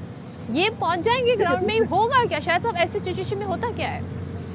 100% आएंगे। अगर दोनों टीमें नहीं आएंगी तो दोनों टीमों ने समझो फोरफीट कर दिया मैच। आना तो पड़ेगा कोलंबो, और फ्लाइट के टिकट भी बुक है, होटल भी बुक है, इंडियंस के भी होटल बुक हैं बहुत सारे फैंस के, तो आना तो पड़ेगा। अगर दोनों टीमें नहीं आएंगी तो दोनों टीमों के पॉइंट कट जाएंगे। और मैच की तरफ कुछ थोड़ी सी पेशरफ हुई है, बैकडोर डिप्लोमेसी हुई है, और मेरी इत्तलात के मुताबिक पाकिस्तान बार्गेन कर सकता है। पाकिस्तान के पास अच्छा स्टांस है, पाकिस्तान के पास हमेशा के लिए ये साबित करने के लिए एक पॉइंट मौजूद है कि अगर भारत और पाकिस्तान के मैच से क्लोज टू $250 मिलियन प्रोड्यूस होते हैं, जनरेट होते हैं, तो हमें सिर्फ पूरे साल में $34.5 मिलियन क्यों मिल रहे हैं? पाकिस्तान बार्गेन कर सकता है, पाकिस्तान नेगोशिएट कर सकता है कि हमें कम से कम 15 से 20 मिलियन डॉलर एनुअल हमारे बढ़ने चाहिए। जो 34.5 है उसको $50 मिलियन होना चाहिए। हमारी बातें सुननी चाहिए, हमारे बायलैटरल पर आईसीसी को गौर करना चाहिए। तो पाकिस्तान के पास अच्छी पोजीशन है शराइत मनवाने के लिए, और इंडिया को तो आना पड़ेगा, जाहिर है अगर वो नहीं आएंगे तो दोनों टीमों के 2-2 पॉइंट बच जाएंगे। लेकिन शाहिद साहब मुझे एक बात बताएं, मुझे श्रीलंकन से खास शख्सियत को ये टास्क दिया गया था कि भाई बैकडोर जो है ना, डिप्लोमेटिक चैनल जो है अप्लाई जाए, क्रिकेट डिप्लोमेटिक चैनल, ये फिर आपको लगता है इंडिया जो है अब घुटने टेकने पे तो मजबूर हो गया, लेकिन ये हमें यहाँ पे नज़र आ रहा है इनकी बेबसी। तो ये सारी गेम यही थी ना कि पाकिस्तान ने जब स्टांस लिया, फर्म स्टांस लिया, बाकी भी अब हम देख रहे हैं फॉरेन प्लेयर्स बोलना शुरू हो गए, बोर्ड तो खैर अभी नहीं बोले, लेकिन क्रिकेटर्स बोलना शुरू हो गए। तो भारत की तो उसमें बड़ी जगहसाई एक तरह से हो रही है। एक जगहसाई उनकी मई में हुई थी, एक जगहसाई उनकी क्रिकेट की ग्राउंड में हो रही है। बिल्कुल उसी तरफ जा रहा है। अब अगर मेंबर बोर्ड अपनी बुजदिली छोड़ दें, वो जिन्होंने 14 के 14 ने बांग्लादेश के खिलाफ वोट दिया था, बांग्लादेश के तकरीबन 12 जर्नलिस्ट को आईसीसी मजबूर हो गया एक्रीडिटेशन देने पर वर्ल्ड कप के, और 2-3 यहाँ कोलंबो में भी आए हैं। जाहिर है वो इंडिया नहीं जाएंगे, ज़्यादातर श्रीलंका आएंगे। तो पाकिस्तान ने बता दिया कि अगर आप खड़े होंगे तो आप उस फस्तायत के खिलाफ, उस डोमिनेशन के खिलाफ आप जाएंगे। इंडिया की टीम भी अच्छी है। अभी उन्होंने इस 1.5 साल में 2024 T20 वर्ल्ड कप जीता, विमेंस ओडीआई वर्ल्ड कप जीता, अंडर 19 वर्ल्ड कप जीता। जब इतनी कामयाबियां मिल रही हैं, इतनी अच्छी क्रिकेट हो रही है, पैसा है, पैशनेट फैंस है, तो फिर दूसरों को हकीर ना समझें। अगर आप दूसरों को हकीर समझेंगे, बार बार उनके साथ ज्यादती करेंगे, तो फिर खड़े होंगे लोग। अल्लाह करे बांग्लादेश पाकिस्तान के बाद अफगानिस्तान खड़ा हो, श्रीलंका खड़ा हो, ऑस्ट्रेलिया इंग्लैंड भी खड़े हो। ये पैसे के पीछे भागते हैं, इनको करोड़ों डॉलर मिलते हैं कि इंडिया की टीम इंडिया टूर करती है। तो एक मुल्क खड़ा हुआ, 2 मुल्क खड़े हुए, तीसरा चौथा होगा। बिल्कुल सही है। भाई फिर वही बात है कि इंडिया ने इस पूरे जो कोड ऑफ कंडक्ट था उसकी तो धज्जियां उड़ाई, लेकिन जो स्पिरिट था इस गेम का, क्रिकेट का, उसको तो मैं कहता हूँ निस्तो नाबूद करके रख दिया, सियासत ज़्यादा कर दिया क्रिकेट को। Coming back to the T20 world cup, Sri Lanka में बारिशों का इम्कान है, पाकिस्तान के लिए मुश्किलात पैदा हो सकती है। मैं शाहिद साहब से पूछना चाह रही हूँ, शाहिद साहब ये जो इफ्तिताई तकरीब है, क्योंकि ज़ाहिर है बेसिकली तो भारत में होस्ट हो रहा था, लेकिन क्योंकि हमारे इवेंट श्रीलंका में होंगे, ये इफ्तिताई तकरीब कहाँ होनी है? देखिए, ज़्यादातर इफ्तिताई तकरीब का पार्ट तो बम्बई में होगा, जहाँ भारत का मैच है। भारत अपना मैच खेल रहा है अमेरिका के खिलाफ, तो जाहिर है उनकी हर चीज़ है, पैसा उनका है। और मैं सारी जज्बातियत में अपना माइक भी भूल गया था साइड पे रख के, तो मैंने माइक भी निकाल लिया है ताकि ARY की रिप्रेजेंटेशन हो जाए। वैसे तो मैं हूँ ही रिप्रेजेंटेटिव ARY का, लेकिन जाहिर है उनका पैसा है, उनकी तकरीब है, आईसीसी भी उनके आगे मजबूर है। तो वो जो सेरेमनी है वो तो वहीं होगी बम्बई में, और यहाँ पे छोटी मोटी होगी। 1-2 जहाज अभी गुजरे हैं, ऊपर से कुछ थोड़े बहुत रंग शंग फेंक देंगे, कुछ थोड़े बहुत हार शार पहना देंगे प्लेयरों को। तो असल तकरीब तो बॉम्बे में ही होनी है, ये तो एक समझे। लेकिन फिर भी पाकिस्तान को ये क्रेडिट मिल गया, ये एजाज़ मिल गया कि वर्ल्ड कप का इफ्तिताही मैच पाकिस्तान की टीम खेल रही है। चलें जी, अब ज़रा मुझे मैं T20 के लिए ना अपडेट्स जानने के लिए बड़ा बेताब हूँ। बस मुझे एक चीज़ बता दें कि श्रीलंका में बारिशों का सीज़न है, पिचेस को देखते हुए आपको लगता है हमें स्पिनर्स पे डिपेंड करना चाहिए? एंड सेकेंडली, बाबर और फखर को रेस्ट देना चाहिए? देखिए, मुझे अजीब सी इत्तलात मिल रही है। कल मैंने पता किया था तो पिच पर 6 से 7 मिलीमीटर घास थी, थोड़ी सी कम जरूर हुई है, लेकिन जो मेरे सोर्सेज हैं वो ये बता रहे हैं कि पाकिस्तान ज़्यादा फास्ट बॉलर्स पर आज इन्हिसार करेगा। जो हॉलैंड के खिलाफ इतनी अच्छी हिकमत अमली नहीं होगी। लग यही रहा है कि 3 फास्ट बॉलर खेलेंगे, या 2 फास्ट बॉलर नसीम शाह, शाहीन शाह अफरीदी, और fast bowling all rounder Faheem Ashraf. मेरे हिसाब से तो यूरोपीय टीमों के खिलाफ 5वें स्पिनर 3 साइम अयूब, शादाब, नवाज, अबरार और उस्मान तारिक को खिलाना चाहिए था, लेकिन लग नहीं रहा।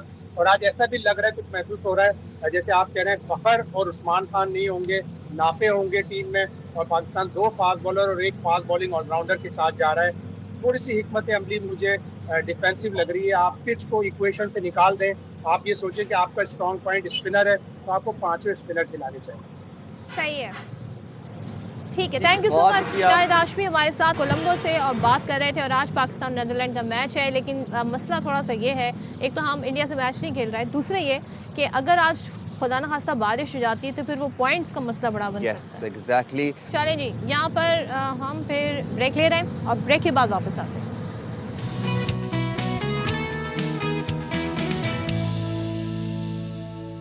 और हम ये देख रहे थे कि हमारी ओवरऑल जो एक पाकिस्तान ने स्टांस लिया अगेंस्ट भारत, और भारत की जो सियासत है, भारत की जो हरदर्मी है, भारत की जो बुलिंग है, ये फैसला कहीं जाते हुए देख रहे हैं? क्योंकि इससे पहले हमारी शाहिद साहब से बात हो रही थी, तो क्योंकि इंडियन कैप्टन कह रहे हैं हम तो जाएंगे कोलंबो, आपके ख्याल में ये मसला रिजॉल्व होते हुए नज़र आ रहा है? देखिए, बैकडोर डिप्लोमेसी क्या चल रही है ये तो कोई भी नहीं बता सकता। इस वक्त सब लगे हुए हैं कि किसी तरह से पाकिस्तान को कन्विंस कर लें, पाकिस्तान को मना लें। कल भी इस पे बड़ी डिबेट हुई है, हम भी अपने हर लम्हा पुरजोश पे इस पे बहुत बात कर रहे थे कि ये लोग समझ नहीं रहे कि इट्स नॉट अबाउट क्रिकेट। मैं तो आज भी सब जगह बैठ के ये कहता हूँ कि क्रिकेट की बात नहीं है। इंडियन टीम इस वक्त बहुत अच्छी है, उनका स्ट्रक्चर इतना शानदार है। कल वो अंडर 19 वर्ल्ड कप जीत गए इतनी जबरदस्त तरीके से, इतने कन्विंसिंग अंदाज में, यानी कि अभी भी टीम अच्छी है और फ्यूचर भी बड़ा अच्छे हाथों में है।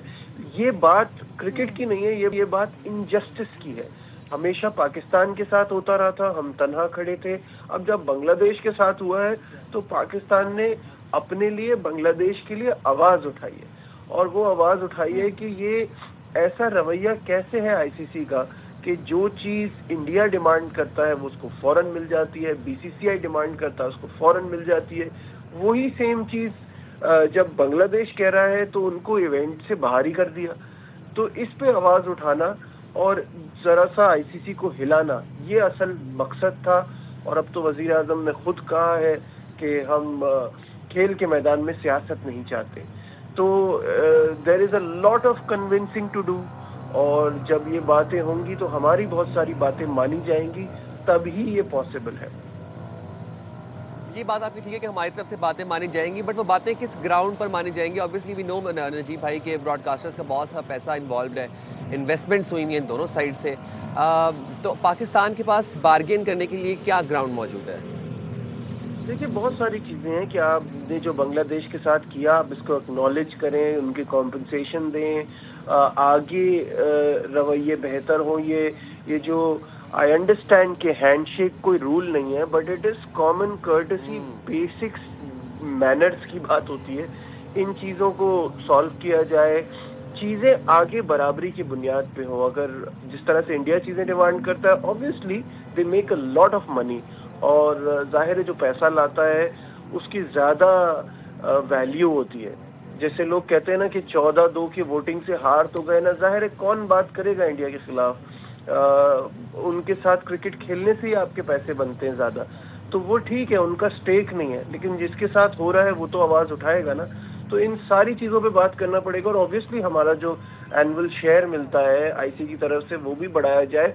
यहाँ बात थी पाकिस्तान को अपनी पावर, अपनी इम्पोर्टेंस दिखाने की। जो मोहसिन नकवी साहब ने बहुत शानदार तरीके से पाकिस्तान का केस लड़ा और बार बार लड़ा, इस बार वो मौका था जहाँ बार्गेनिंग चिप्स हमारी साइड थी, और जहाँ अब हुकूमत भी पीसीबी के साथ खड़ी है। अच्छा नजीब, मुझे एक चीज़ बताइएगा, आप आते हैं ज़रा मैच की तरफ और बात करते हैं। हमने बहुत तजर्बे कर लिए, ऑस्ट्रेलिया को वाइट वॉश किया, बट स्टिल उसमें भी हमने देखा, ख़ास तौर पे जो हमारे बैटर्स हैं, फ़खर को किस नंबर पे खिलाना है। बाबर पहले 4th नंबर पर आए, फिर ये तय हुआ कि जनाब इनको अगर 1st, 2nd, 3rd पोजीशन में लाया जाए तो ही कुछ गेम ये इनका बन सकता है। लेकिन अब ये तजर्बे आपके ख्याल में बंद हो जाने चाहिए? अब हमें पूरे एक प्रॉपर प्लान और स्ट्रैटेजी के साथ जाना चाहिए, कॉन्फिडेंस के साथ जाना चाहिए, even if it's against Netherland. 100% पहले ही गलतियों की कोई गुंजाइश अब आपके पास बाकी नहीं है। अगर आप एक मैच फॉरफीट कर रहे हैं और ऊपर से आप श्रीलंका में खेल रहे हैं जहां आप हमेशा बारिश के रहमो करम पर रहेंगे, तो आपके पास गुंजाइश नहीं है गलती की। तो आपने हर चीज की स्ट्रैटेजी, प्लानिंग बड़ी खूबसूरती से बनानी है, किसी को खुश करने के लिए नहीं बनानी, चाहे वो फैंस ही क्यों ना हो। आपकी स्ट्रैटेजी जीत के लिए होनी चाहिए। जिस प्लेयर की टीम में जगह बनती है वो टीम में होगा, जिसकी जगह नहीं बनती वो नहीं होगा। कल सलमान अली आगा ने बिल्कुल स्ट्रेट फॉरवर्ड कहा है।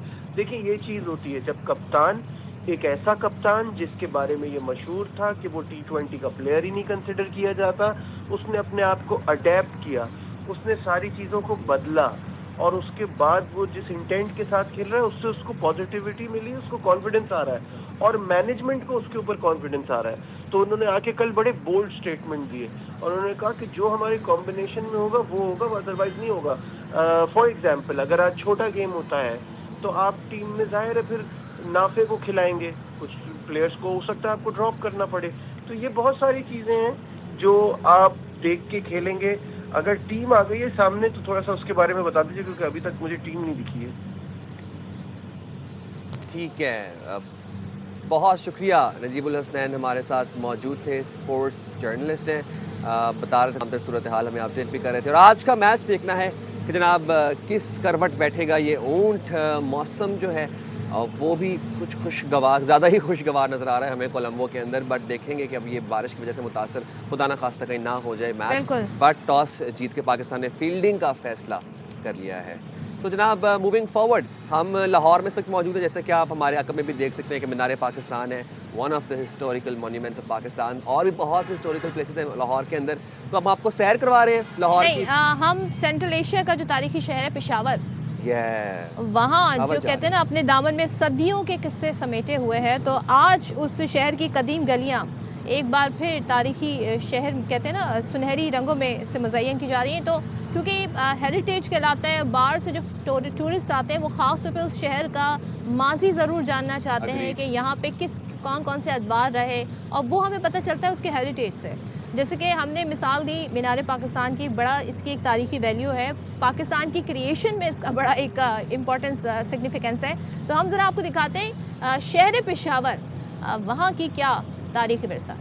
तारीखी शहर पेशावर, जिसकी गलियों में गंदहारा की खुशबू, मुगल अदवार की झलक, अंदरून शहर की दीवारों में सदियों की सरगोशियाँ गूंजती। यहाँ की तंग बलखाती गलियाँ किस्सा सुनाती हुई चलती हैं। इन तारीखी गलियों की अजमत रफ्ता ताज़ा करने का बेड़ा उठाया पेशावर के जवानों ने। अजीब किस्म की दीवारों पे बदहवासी थी, अजीब किस्म का एनवायरनमेंट था। वो इस तरह था कि कुछ ना कुछ मुझे अच्छा नहीं लग रहा था कि यार मैं अपने मेहमानों को कैसे यहाँ पे घुमाऊँ। तो मैंने सोचा क्यों ना मैं एक स्टार्ट लेता हूँ पेशावर की गलियों को। वो रौनक बख्शते हैं, वो रोशनियाँ देते हैं, वो खूबसूरती देते हैं। अंदरून शहर के नौजवानों ने अपनी मदद आप के तहत इन तारीखी गलियों की यादों को ताज़ा करने के लिए पहला कदम उठाया है। पेशावर में जो है वो 100 साल पुराने घर मौजूद है। हम सबको दावत देते हैं कि आए हमारे साथ मिलके हमारी टीम का हिस्सा बने, ताकि हम इस तारीख को दोबारा से रंग दे सके। पेशावर के इन नौजवान बासियों ने तारीखी मोहल्ला चक्का गली से रंग और रोगन के काम का आगाज किया, और देखते ही देखते कई घरों की बालकोनियां, चौबारों और पुराने दरवाजों को एकदम रंगों की बारिश से फिर से निखार दिया।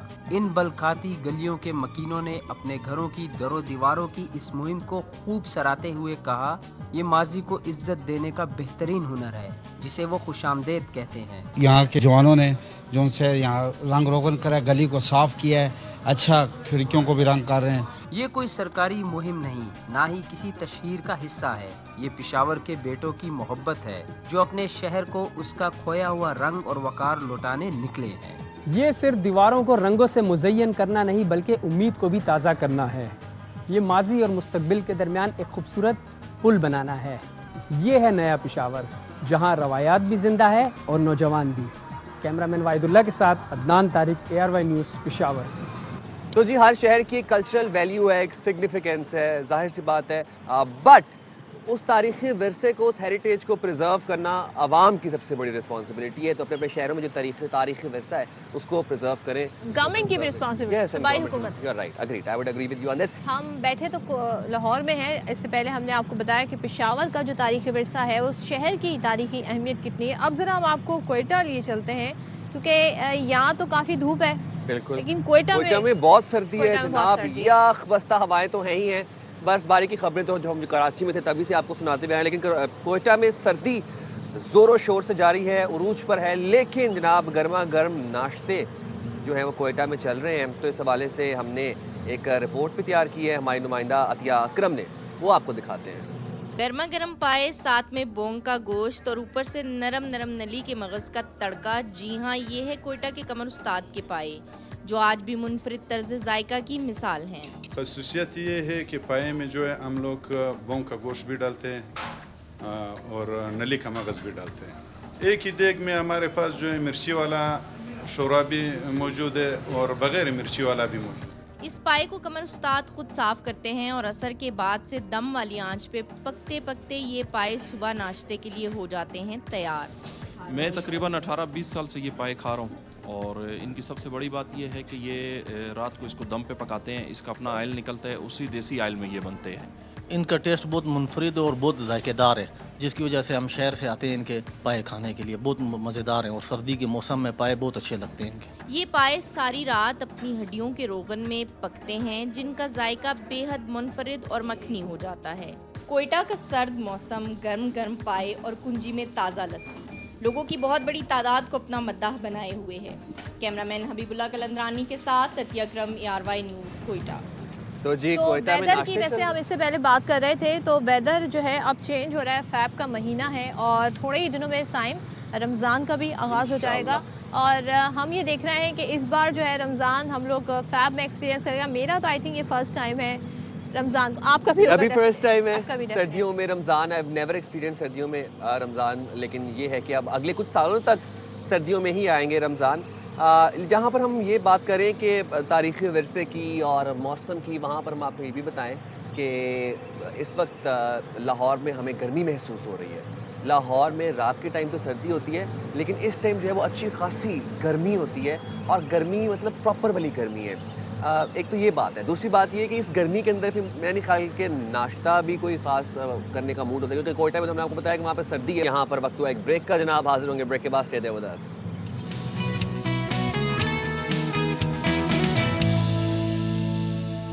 तो दोनों टीमें मैदान में उतर गई हैं। कोलंबो का ये ग्राउंड है, बारिश की आज प्रेडिक्शन भी है, लेकिन पिच को सपोर्ट करेगी, खास तौर पे स्पिन अटैक को सपोर्ट करेगी आज की पिच।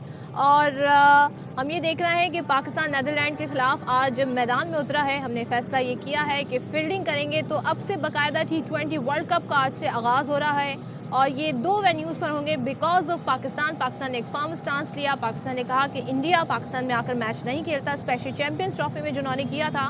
तो पाकिस्तान ने भी अपनी बात रखी और ये बात मनवा ली कि हमारे जो मैचेस हैं हम भी न्यूट्रल वैल्यू पे खेलेंगे। जैसे कि चैंपियंस ट्रॉफी में इंडिया ने दुबई में खेले थे, हमारे मैच भी श्रीलंका मुंतकिल किए जाएँ। लेकिन बीच में बांग्लादेश का इशू भी आ गया, क्योंकि भारत की बुलिंग को कोई रोक सकता है, तो हमने रोकने की कोशिश की, लेकिन जब बांग्लादेश तक बात आ गई तो पाकिस्तान ने फर्म स्टांस यहाँ भी लिया, बांग्लादेश के साथ सॉलिडारिटी का मुजाहरा किया।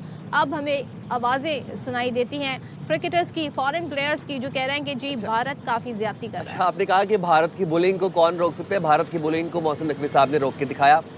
बिल्कुल BCCI को ऐसे गर्दन से पकड़ा और मुंह तोड़ जवाब दिया, स्टैंड लिया, फर्म स्टैंड लिया। हम उनको अप्रिशिएट भी करते हैं इस चीज़ के ऊपर। जनाब आपको पता है कि मूविंग फॉरवर्ड लाहौर में बसंत चल रही थी, लेकिन कल जो इस्लामाबाद में अफसोसनाक वाक़या पेश आया, उसके बाद लाहौर की इंतज़ामिया की जानिब से, ख़ास तौर पर मरीम नवाज़ साहिबा की जानिब से बसंत मनसूख कर दी गई। उन्होंने अपने तमाम जो बसंत के जो सरकारी इवेंट्स चल रहे थे लाहौर में। एक चीज़ यहाँ पे हम मेंशन कर दें कि देखें ये पहले से प्लान किया हुआ था इवेंट बसंत का, और 6, 7, 8 ये डेट्स थी जिसमें कहा गया था ऑफिशियली, और बहुत इसकी तैयारियां इस तरह की गई थी कि ये 25 साल बाद ये इवेंट हो रहा था, बैन लगा हुआ था, क्योंकि ज़ाहिर है बहुत सारे ऐसे हादसा और वाक़यात हुए थे। लेकिन इस बार एक चीज़ माननी पड़ेगी कि गवर्नमेंट ने जो तैयारियां की थी सेफ़ बसंत मनाने के लिए। मैं जब यहाँ पर आई साइम लाहौर में, तो मैंने देखा कि किस तरीके से जो मेजॉरिटी ऑफ बाइक्स है, मैं कहूँगी शायद इक्का दुक्का 5% होंगी, उनको भी रोक कर ट्रैफिक एहलकार जो है हिदायत दे रहे थे कि आपने सेफ्टी रॉड लगानी है। हर बाइक पे हमें यहाँ पे सेफ्टी रॉड नजर आई। तो जो SOPs हैं उस पर अमल दरामद करवाया भी गया और लाहौर के रहने वालों ने, लाहौरियों ने उस पर अमल दरामद भी किया। साथ ही केमिकल डोर, धाती डोर, इनका इस्तेमाल नहीं होगा, और जो QR कोड वाले यानी रजिस्टर्ड जो वेंडर हैं वहाँ से सामान ख़रीदा गया। तो ये तमाम तर एक्टिविटी, ये फेस्टिविटी जारी थी और गवर्नमेंट की भी हम देख रहे थे भरपूर इसमें शिरकत थी। कल का दिन का आगाज़ जब रात गए हुआ था, सेलिब्रेशन से हुआ था, दिन भर भी हम देख रहे थे खाने पीने का भी दौर चल रहा था, एक बड़ा खुशी का, बड़ा फेस्टिव माहौल था। लेकिन जो वाक़या इस्लामाबाद में हुआ तो ज़ाहिर है हम तमाम पाकिस्तानियों के दिल एक साथ धड़कते हैं, चाहे कराची में कुछ हो, चाहे पेशावर में कुछ हो, चाहे किसी भी शहर में कुछ हो, हम सब कहते हैं ना, जब मुश्किल हम पे पड़ती है तो हम एक हो जाते हैं। और इसी बात का इजहार हमने देखा कि पंजाब हुकूमत ने फिर तमाम तर जो ऑफिशियल एक्टिविटीज़ थी उनको कैंसिल कर दिया। गो कि आज सेकंड डे है जो कि मनाया जाना था, लेकिन हम देख रहे हैं गवर्नमेंट ने तमाम अपनी ऑफिशियल एक्टिविटीज़ जो हैं वो कैंसिल कर दी। बिल्कुल जी, और जो लिबर्टी चौक पर इवेंट होना था वो भी कैंसिल कर दिया गया। आपने बिल्कुल दुरुस्त फरमाया कि जब जब इस मुल्क के ऊपर, इस कौम के ऊपर कोई मुश्किल वक्त आता है, कोई दुख अजियत आती है, ये कौम मुत्तहिद हो जाती है, हमारे दिल एक साथ धड़कते हैं और हम जो इस्लामाबाद वाक़े में जो शहीद हैं उनके दर्जात की बुलंदी की दुआ करते हैं, उनके सोगवारान के साथ इज़हार ताज़ियत भी करते हैं। अच्छा, हमारे नुमाइंदे थोड़ा सा ज़रा बात करूँगी, हमारे नुमाइंदगान हमारे साथ मौजूद हैं। देखिए, लोगों ने ना यहाँ पर बहुत ज़्यादा पतंगे, स्टफ़, सारी चीज़ें ख़रीद ली थी। अब क्या उनके इस हवाले से तासुरात भी हैं और क्या एक्टिविटी हैं, थोड़ा सा ज़रा ये जान लेते हैं कि after this event what is actually happening. कौन कौन है हमारे साथ? हमारे साथ अलमास खान मौजूद हैं, ख्वाजा नसीर मौजूद हैं, ज़रा उनसे जान लेते हैं। लोग इंडिविजुअली अपने तौर पर जो बसंत है उसको अपनी छतों के ऊपर, अब देखें हम खाने चल रहे हैं, नाश्ता वगैरह चल रहा है, तो अलमास और ख्वाजा नसीर आपकी तरफ आएंगे। अलमास, सबसे पहले आप बताइएगा कहाँ पर मौजूद हैं और अपने इर्द गिर्द क्या मनाजिर देख रहे हैं आप? नाश्ते चल रहे हैं, खाबों का दौर चल रहा है? ख्वाजा नसीर के पास जाएंगे। ख्वाजा नसीर, आप बताइएगा आप किस जगह पर मौजूद हैं लाहौर में और क्या मनाजिर देख रहे हैं इस वक्त? जी बिल्कुल, इस वक्त मौजूद हूँ लाहौर का इलाका मोची गेट, जो कि लाहौर का एक किस्म का दिल कहलाता है और अंदरून शहर का एक एंट्री पॉइंट है। यहाँ पर जो बूटी डोर की सबसे बड़ी मार्केट है वो यहाँ मोची गेट में है और लाहौरियों ने भरपूर तरीके से बसंत को एंजॉय करने के लिए गुज़श्ता 1 फरवरी के बाद भरपूर तरीके से मोची गेट से ख़रीदारी की। लेकिन कल होने वाले इस्लामाबाद में अफसोसनाक वाक़े के बाद, जहाँ सरकारी सतह पर तमाम तर तकरीबात को मनसूख किया गया, उसके बाद आज की सूरत हाल ये है कि आज बसंत का दूसरा रोज़ है, लेकिन अगर देखा जाए तो ओवरऑल एक माहौल जो है वो नीचे आ चुका हुआ है। यहाँ पर कल इस वक्त के करीब जब मुकम्मल तौर पे गहमा गहमी थी, खोए से खोया छिन रहा था, बड़ी तादाद में लोग यहाँ पर आ रहे थे, लेकिन आज सुबह से हम यहाँ मौजूद है, लेकिन वैसी गहमा गहमी अभी तक देखने को नहीं आ रही। इसके अलावा मार्केट भी बंद है और लाहौर के आसमान पर अगर देखा जाए तो आज सुबह से इक्का दुक्का गुड़ियाँ जो है वो उड़ती हुई नज़र आ रही हैं, लेकिन क्योंकि सरकारी सतह पे तमाम तकरीबात मनसूख हुई हैं, ओवरऑल 25 साल बाद होने वाली इस बसंत में लाहौरिये भरपूर तरीके से पार्टिसिपेट, कल शाम तक लाहौरियों ने भरपूर तरीके से पार्टिसिपेट किया। लेकिन आज ये तवक्को की जा रही है कि आज भी अगर कहीं पर बसंत एक्टिविटी चली तो लोग पर्सनली अपने तायु से करेंगे, जिस तरह के लोगों ने लाहौर के अंदर लाखों के करीब गुड्डे और हज़ारों पिन्ने और पिन्नियाँ ख़रीद के रखे हुए, तो लोग अपनी सतह पर ये बसंत को सेलिब्रेट करेंगे। ओवरऑल अगर पंजाब हुकूमत की बात की जाए तो महकमा तरात और नशरियात और सकाफ़त जो है, जो कि बसंत का सबसे बड़ा सपोर्टर था और जिसकी वज़ीर उस्मा बुखारी बाकायदा तौर पर गुज़श्ता 2 रोज़ से अपनी कोलीग्स के साथ यहाँ दिल्ली गेट शाही हमाम पे मौजूद थी, पतंगबाजी कर रही थी, तो ओवरऑल आज तमाम तर वो एक्टिविटी ख़त्म हो चुकी हुई है। लेकिन यहाँ पर भी लाहौर के शहरी जो है वो एक इज़हार यकजहती के ख्वाजा नसीर इस हवाले से बात कर रहे हैं और बता रहे हैं कि यहाँ पर लोगों ने एक्चुअली लाखों की तादाद में पतंग ख़रीदी हैं, पिन्ने ख़रीदे। और जब हम इससे पहले प्री बसंत जो डिस्कशन हो रही थी साइम, उसमें ये बताया जा रहा था कि कितनी प्राइस ओवर प्राइस भी हो गई थी चीज़ें, बिकॉज वो डिमांड थी और मखसूस वेंडर्स थे जहाँ से ख़रीदना था, रजिस्टर्ड QR कोड, तो उस वजह से लोगों के पास ये सामान है। अच्छा, वैसे टू बी ऑनेस्ट इस वक्त हम देख रहे हैं कि ये तमाम तर सूरत हाल है और लाहौर में भी क्योंकि आज पब्लिक हॉलीडे अनाउंस हुआ था, ऑलरेडी अनाउंस था फ्राइडे सैटरडे को, तो वो हमने गहमा गहमी सड़कों पे उस तरह सीन नहीं दिख रहा है। मे भी अभी लाहौर आहिस्ता आहिस्ता जागे, लेकिन लोग अपने तय हम देख रहे हैं कि अपने तौर पर अपनी छतों पर उन्होंने जो पर्सनल जो इनविटेशन दिए हुए होंगे वो पर्सनल तौर पे लोग कर रहे हैं बसंत को, लेकिन जो ऑफिशियल तमाम तर तकरीबात थी वो कैंसिल कर दी। और ज़ाहिर है पंजाब गवर्नमेंट ने भी इसकी बड़ी तैयारियाँ की थी, जो हम देख रहे थे जगह जगह जिस तरीके से लाहौर शहर को सजाया गया था, वो रौनकें जो थी। और लेकिन कहते हैं ना कि जब कौम पे मुश्किल वक्त आया तो कौम साथ खड़ी भी होती है, और चाहे वो कोई भी मसला हो, लेकिन ये है कि दहशत गर्दों के हवाले से पूरी कौम यूनाइटेड है। अच्छा, ये बात हमें नहीं भूलनी चाहिए और हम सब इस बात की मजम्मत करते हैं जो मज़मून मकासद के साथ अलमास हमारे ये साथ तमाम मौजूद हैं। दहशत अलमास, आप बताइएगा, आप लाहौर में किस जगह पर मौजूद हैं और बसंत किस तरीके से आप देख रहे हैं आपके इर्द गिर्द सेलिब्रेट की जा रही है? साइम, ये लाहौर का एक इलाका है फैसल टाउन, और फैसल टाउन की बहुत ही ये मशहूर जगह है जहाँ पे बोंग पाए और चने और इस तरह की चीज़ें मिलती हैं। और ये लोग, आपको तो मालूम है कि लाहौर वाले सुबह उठते हैं, खाना खाते हैं और थोड़ा सा काम किया, यार एक कुछ और खा लें, फिर खाना खाते हैं, फिर खाना खाते हैं। दिन में लोगों के 2 मील होते हैं। ये लाहौर वालों के और ख़ासकर गुजरावाला के जो लोग हैं उनके 4 मील होते हैं, और उस 4 मील के दरमियान भी ये स्नैक्स खाते हैं।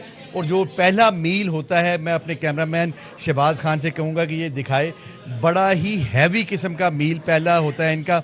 और ये इस वक्त पाए खा रहे हैं, चने भी हैं और बोंग भी है इनके पास। पाए छोटे वाले भी हैं इनके पास, छोटे वाले से मुराद के बकरे के पाए, और बड़े पाए भी हैं जो गाय भैंस के पाए होते हैं। ये इतना हैवी किस्म का मील है, अगर मैं खा लूँ तो शायद कल दोबारा मेरा खाने को जी जाए। ये इतना हैवी मील है, और हैवी मील के बाद ये लोग फिर लाहौर वाले 1 घंटे बाद कहेंगे यार भूख लग रही है, आओ खाना खाएं। और ये आप यकीन जाने के इतने इस पे तिल लगे होते हैं, ये कुलचे पे, और तिलों वाला कुलचा स्पेशल। और ये जब इसके यकीनन ये कहते कहते मुंह में पानी आ जाता है। सदफ, अलवास हमें बता रहे हैं, अच्छा ये तो खैर ज़ाहिर है उम्मन आम तौर पर भी मिजाज जो है लाहौरियों का वो उस और ऊपर से वीकेंड भी है, तो वीकेंड पे तो मतलब मेरे ख्याल से ये इतने नाश्ते और वगैरह ये सब दौर चलता है। अलमास हमारे साथ मौजूद थे, ख्वाजा नसीर हमारे साथ मौजूद थे, हमें अपडेट कर रहे थे। बहुत शुक्रिया आप दोनों का। एक बात मैं यहाँ पर फिर दोबारा से रिपीट करूँगा, उस बात की मैं इंडोर्समेंट करना चाहूँगा कि हमने SOPs पर अमल दरामद होते हुए देखा है और अपनी आंखों से देखा है। लाहौर में हम इस वक्त भी छत पर मौजूद हैं, हम पिछले 2 दिन से छत पर मौजूद हैं। पतंगें आ रही थी, जा रही थी, किसी पतंग के ऊपर हमने धाती डोर नहीं देखी।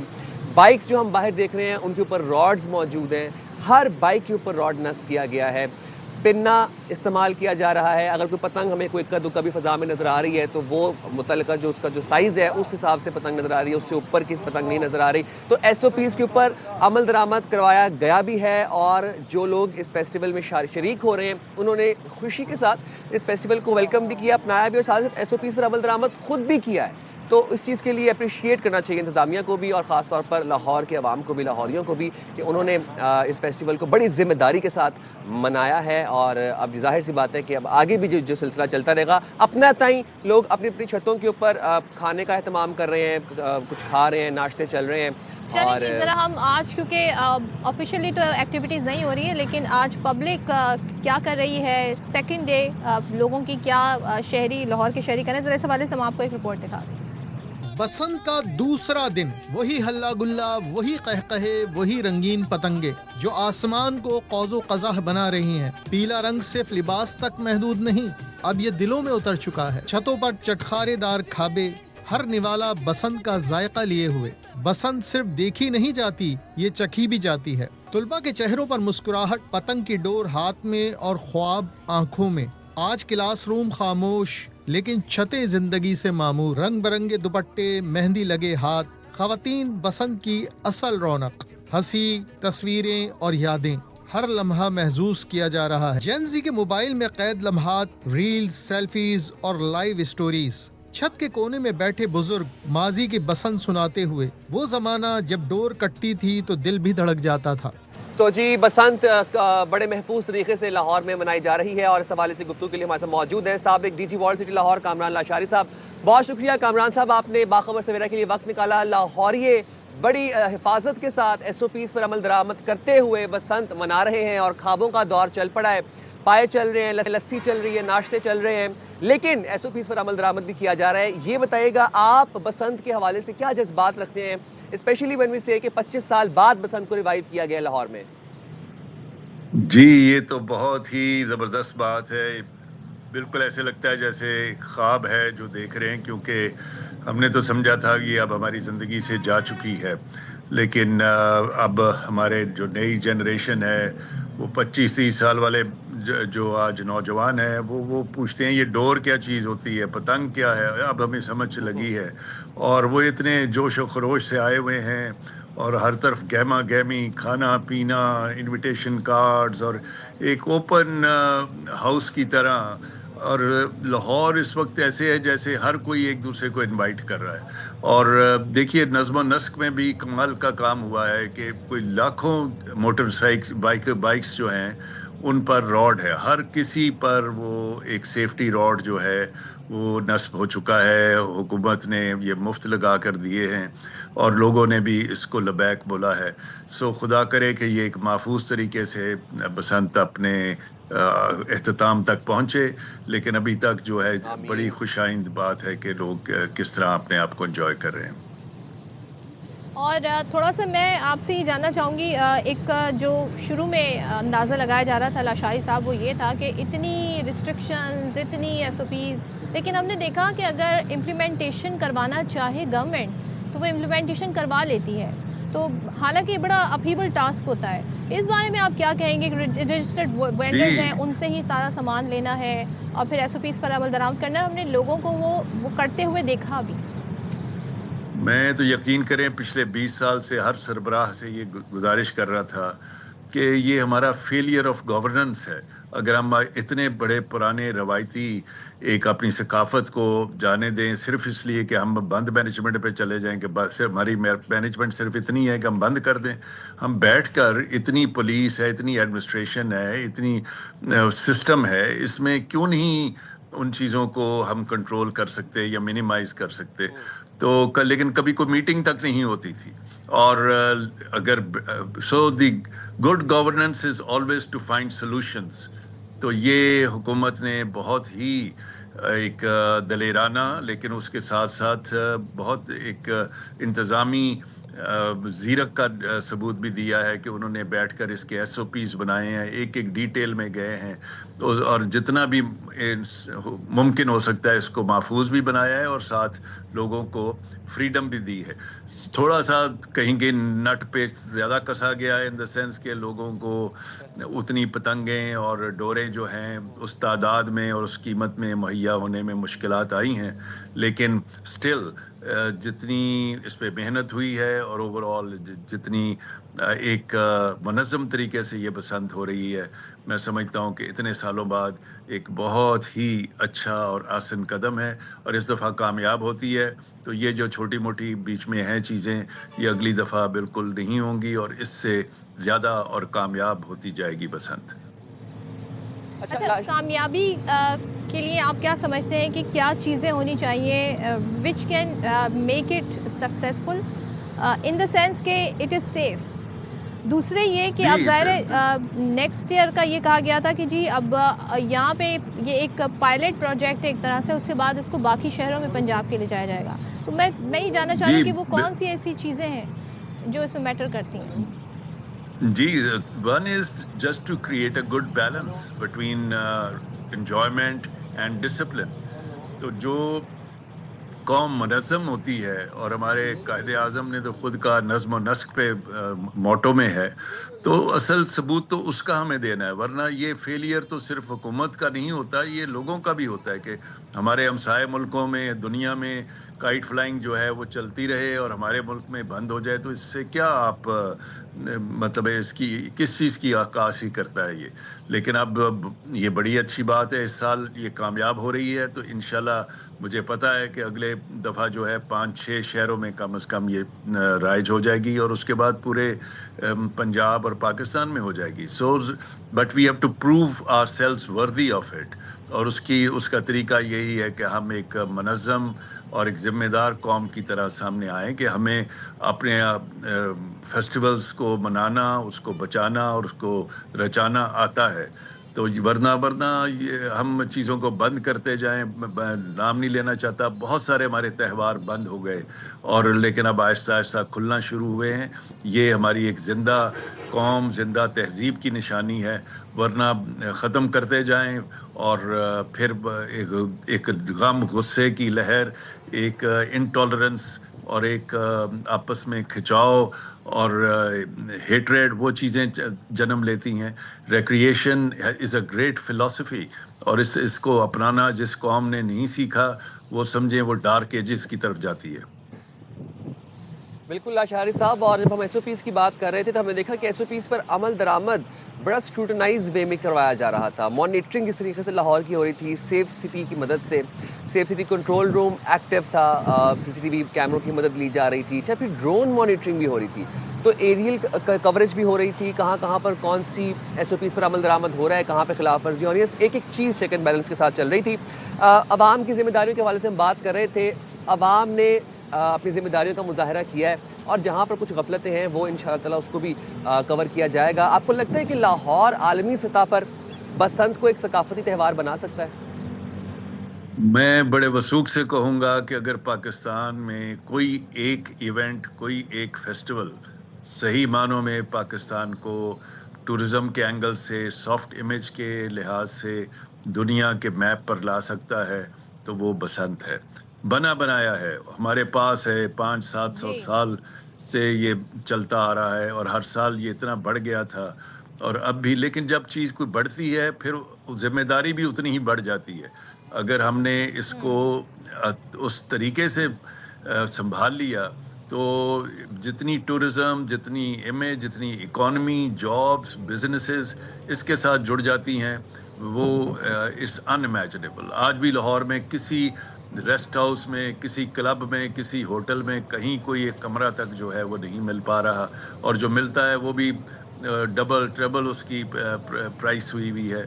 लेकिन इसी तरह दुनिया में जहाँ भी दुबई हो, जर्मनी हो, कई जगहों पर कन्वेंशन, स्पोर्ट्स, फेस्टिवल्स, लोग लड़ते हैं कि अच्छा जी ओलंपिक्स हमने इधर करानी है। वो इसीलिए कि पूरा शहर जो है उससे आबाद होता है, उसकी इकॉनमी ड्राइव एक और ही लेवल पे चली जाती है और सबसे ज़्यादा फ़ायदा गरीबों को होता है क्योंकि लोग बड़े जो हैं वो खर्चते हैं। तो आम आदमी चाहे वो पान वाला हो, चाहे वो रक्शे वाला हो या डोर मांझे लगाने वाला हो, इन सारों को इसका फ़ायदा मिलता है। सो इस तरह के त्यौहार जिसमें, और इसका सोशल साइड भी दीजिए इकोनॉमिक और टूरिज़म के अलावा, कि हम कितनी दफ़ा एक फैमिली की तरह आपस में जुड़ते हैं, वरना तबकों में बटा हुआ ये मुल्क है।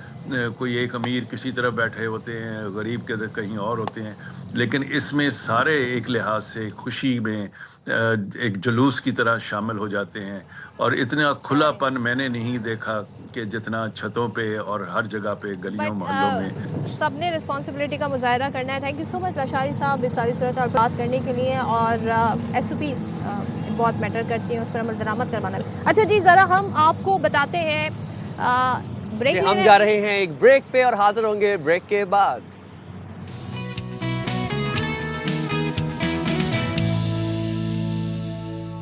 Welcome back once again. और आपके पास हमारे पास बहुत सारी अपडेट्स हैं जो हम आपके साथ शेयर करेंगे, लेकिन इस वक्त हम आपको बताएं कि हज़रत लाल शहबाज कलंदर के 774वें उर्स की तकरीबात शुरू हो गई हैं।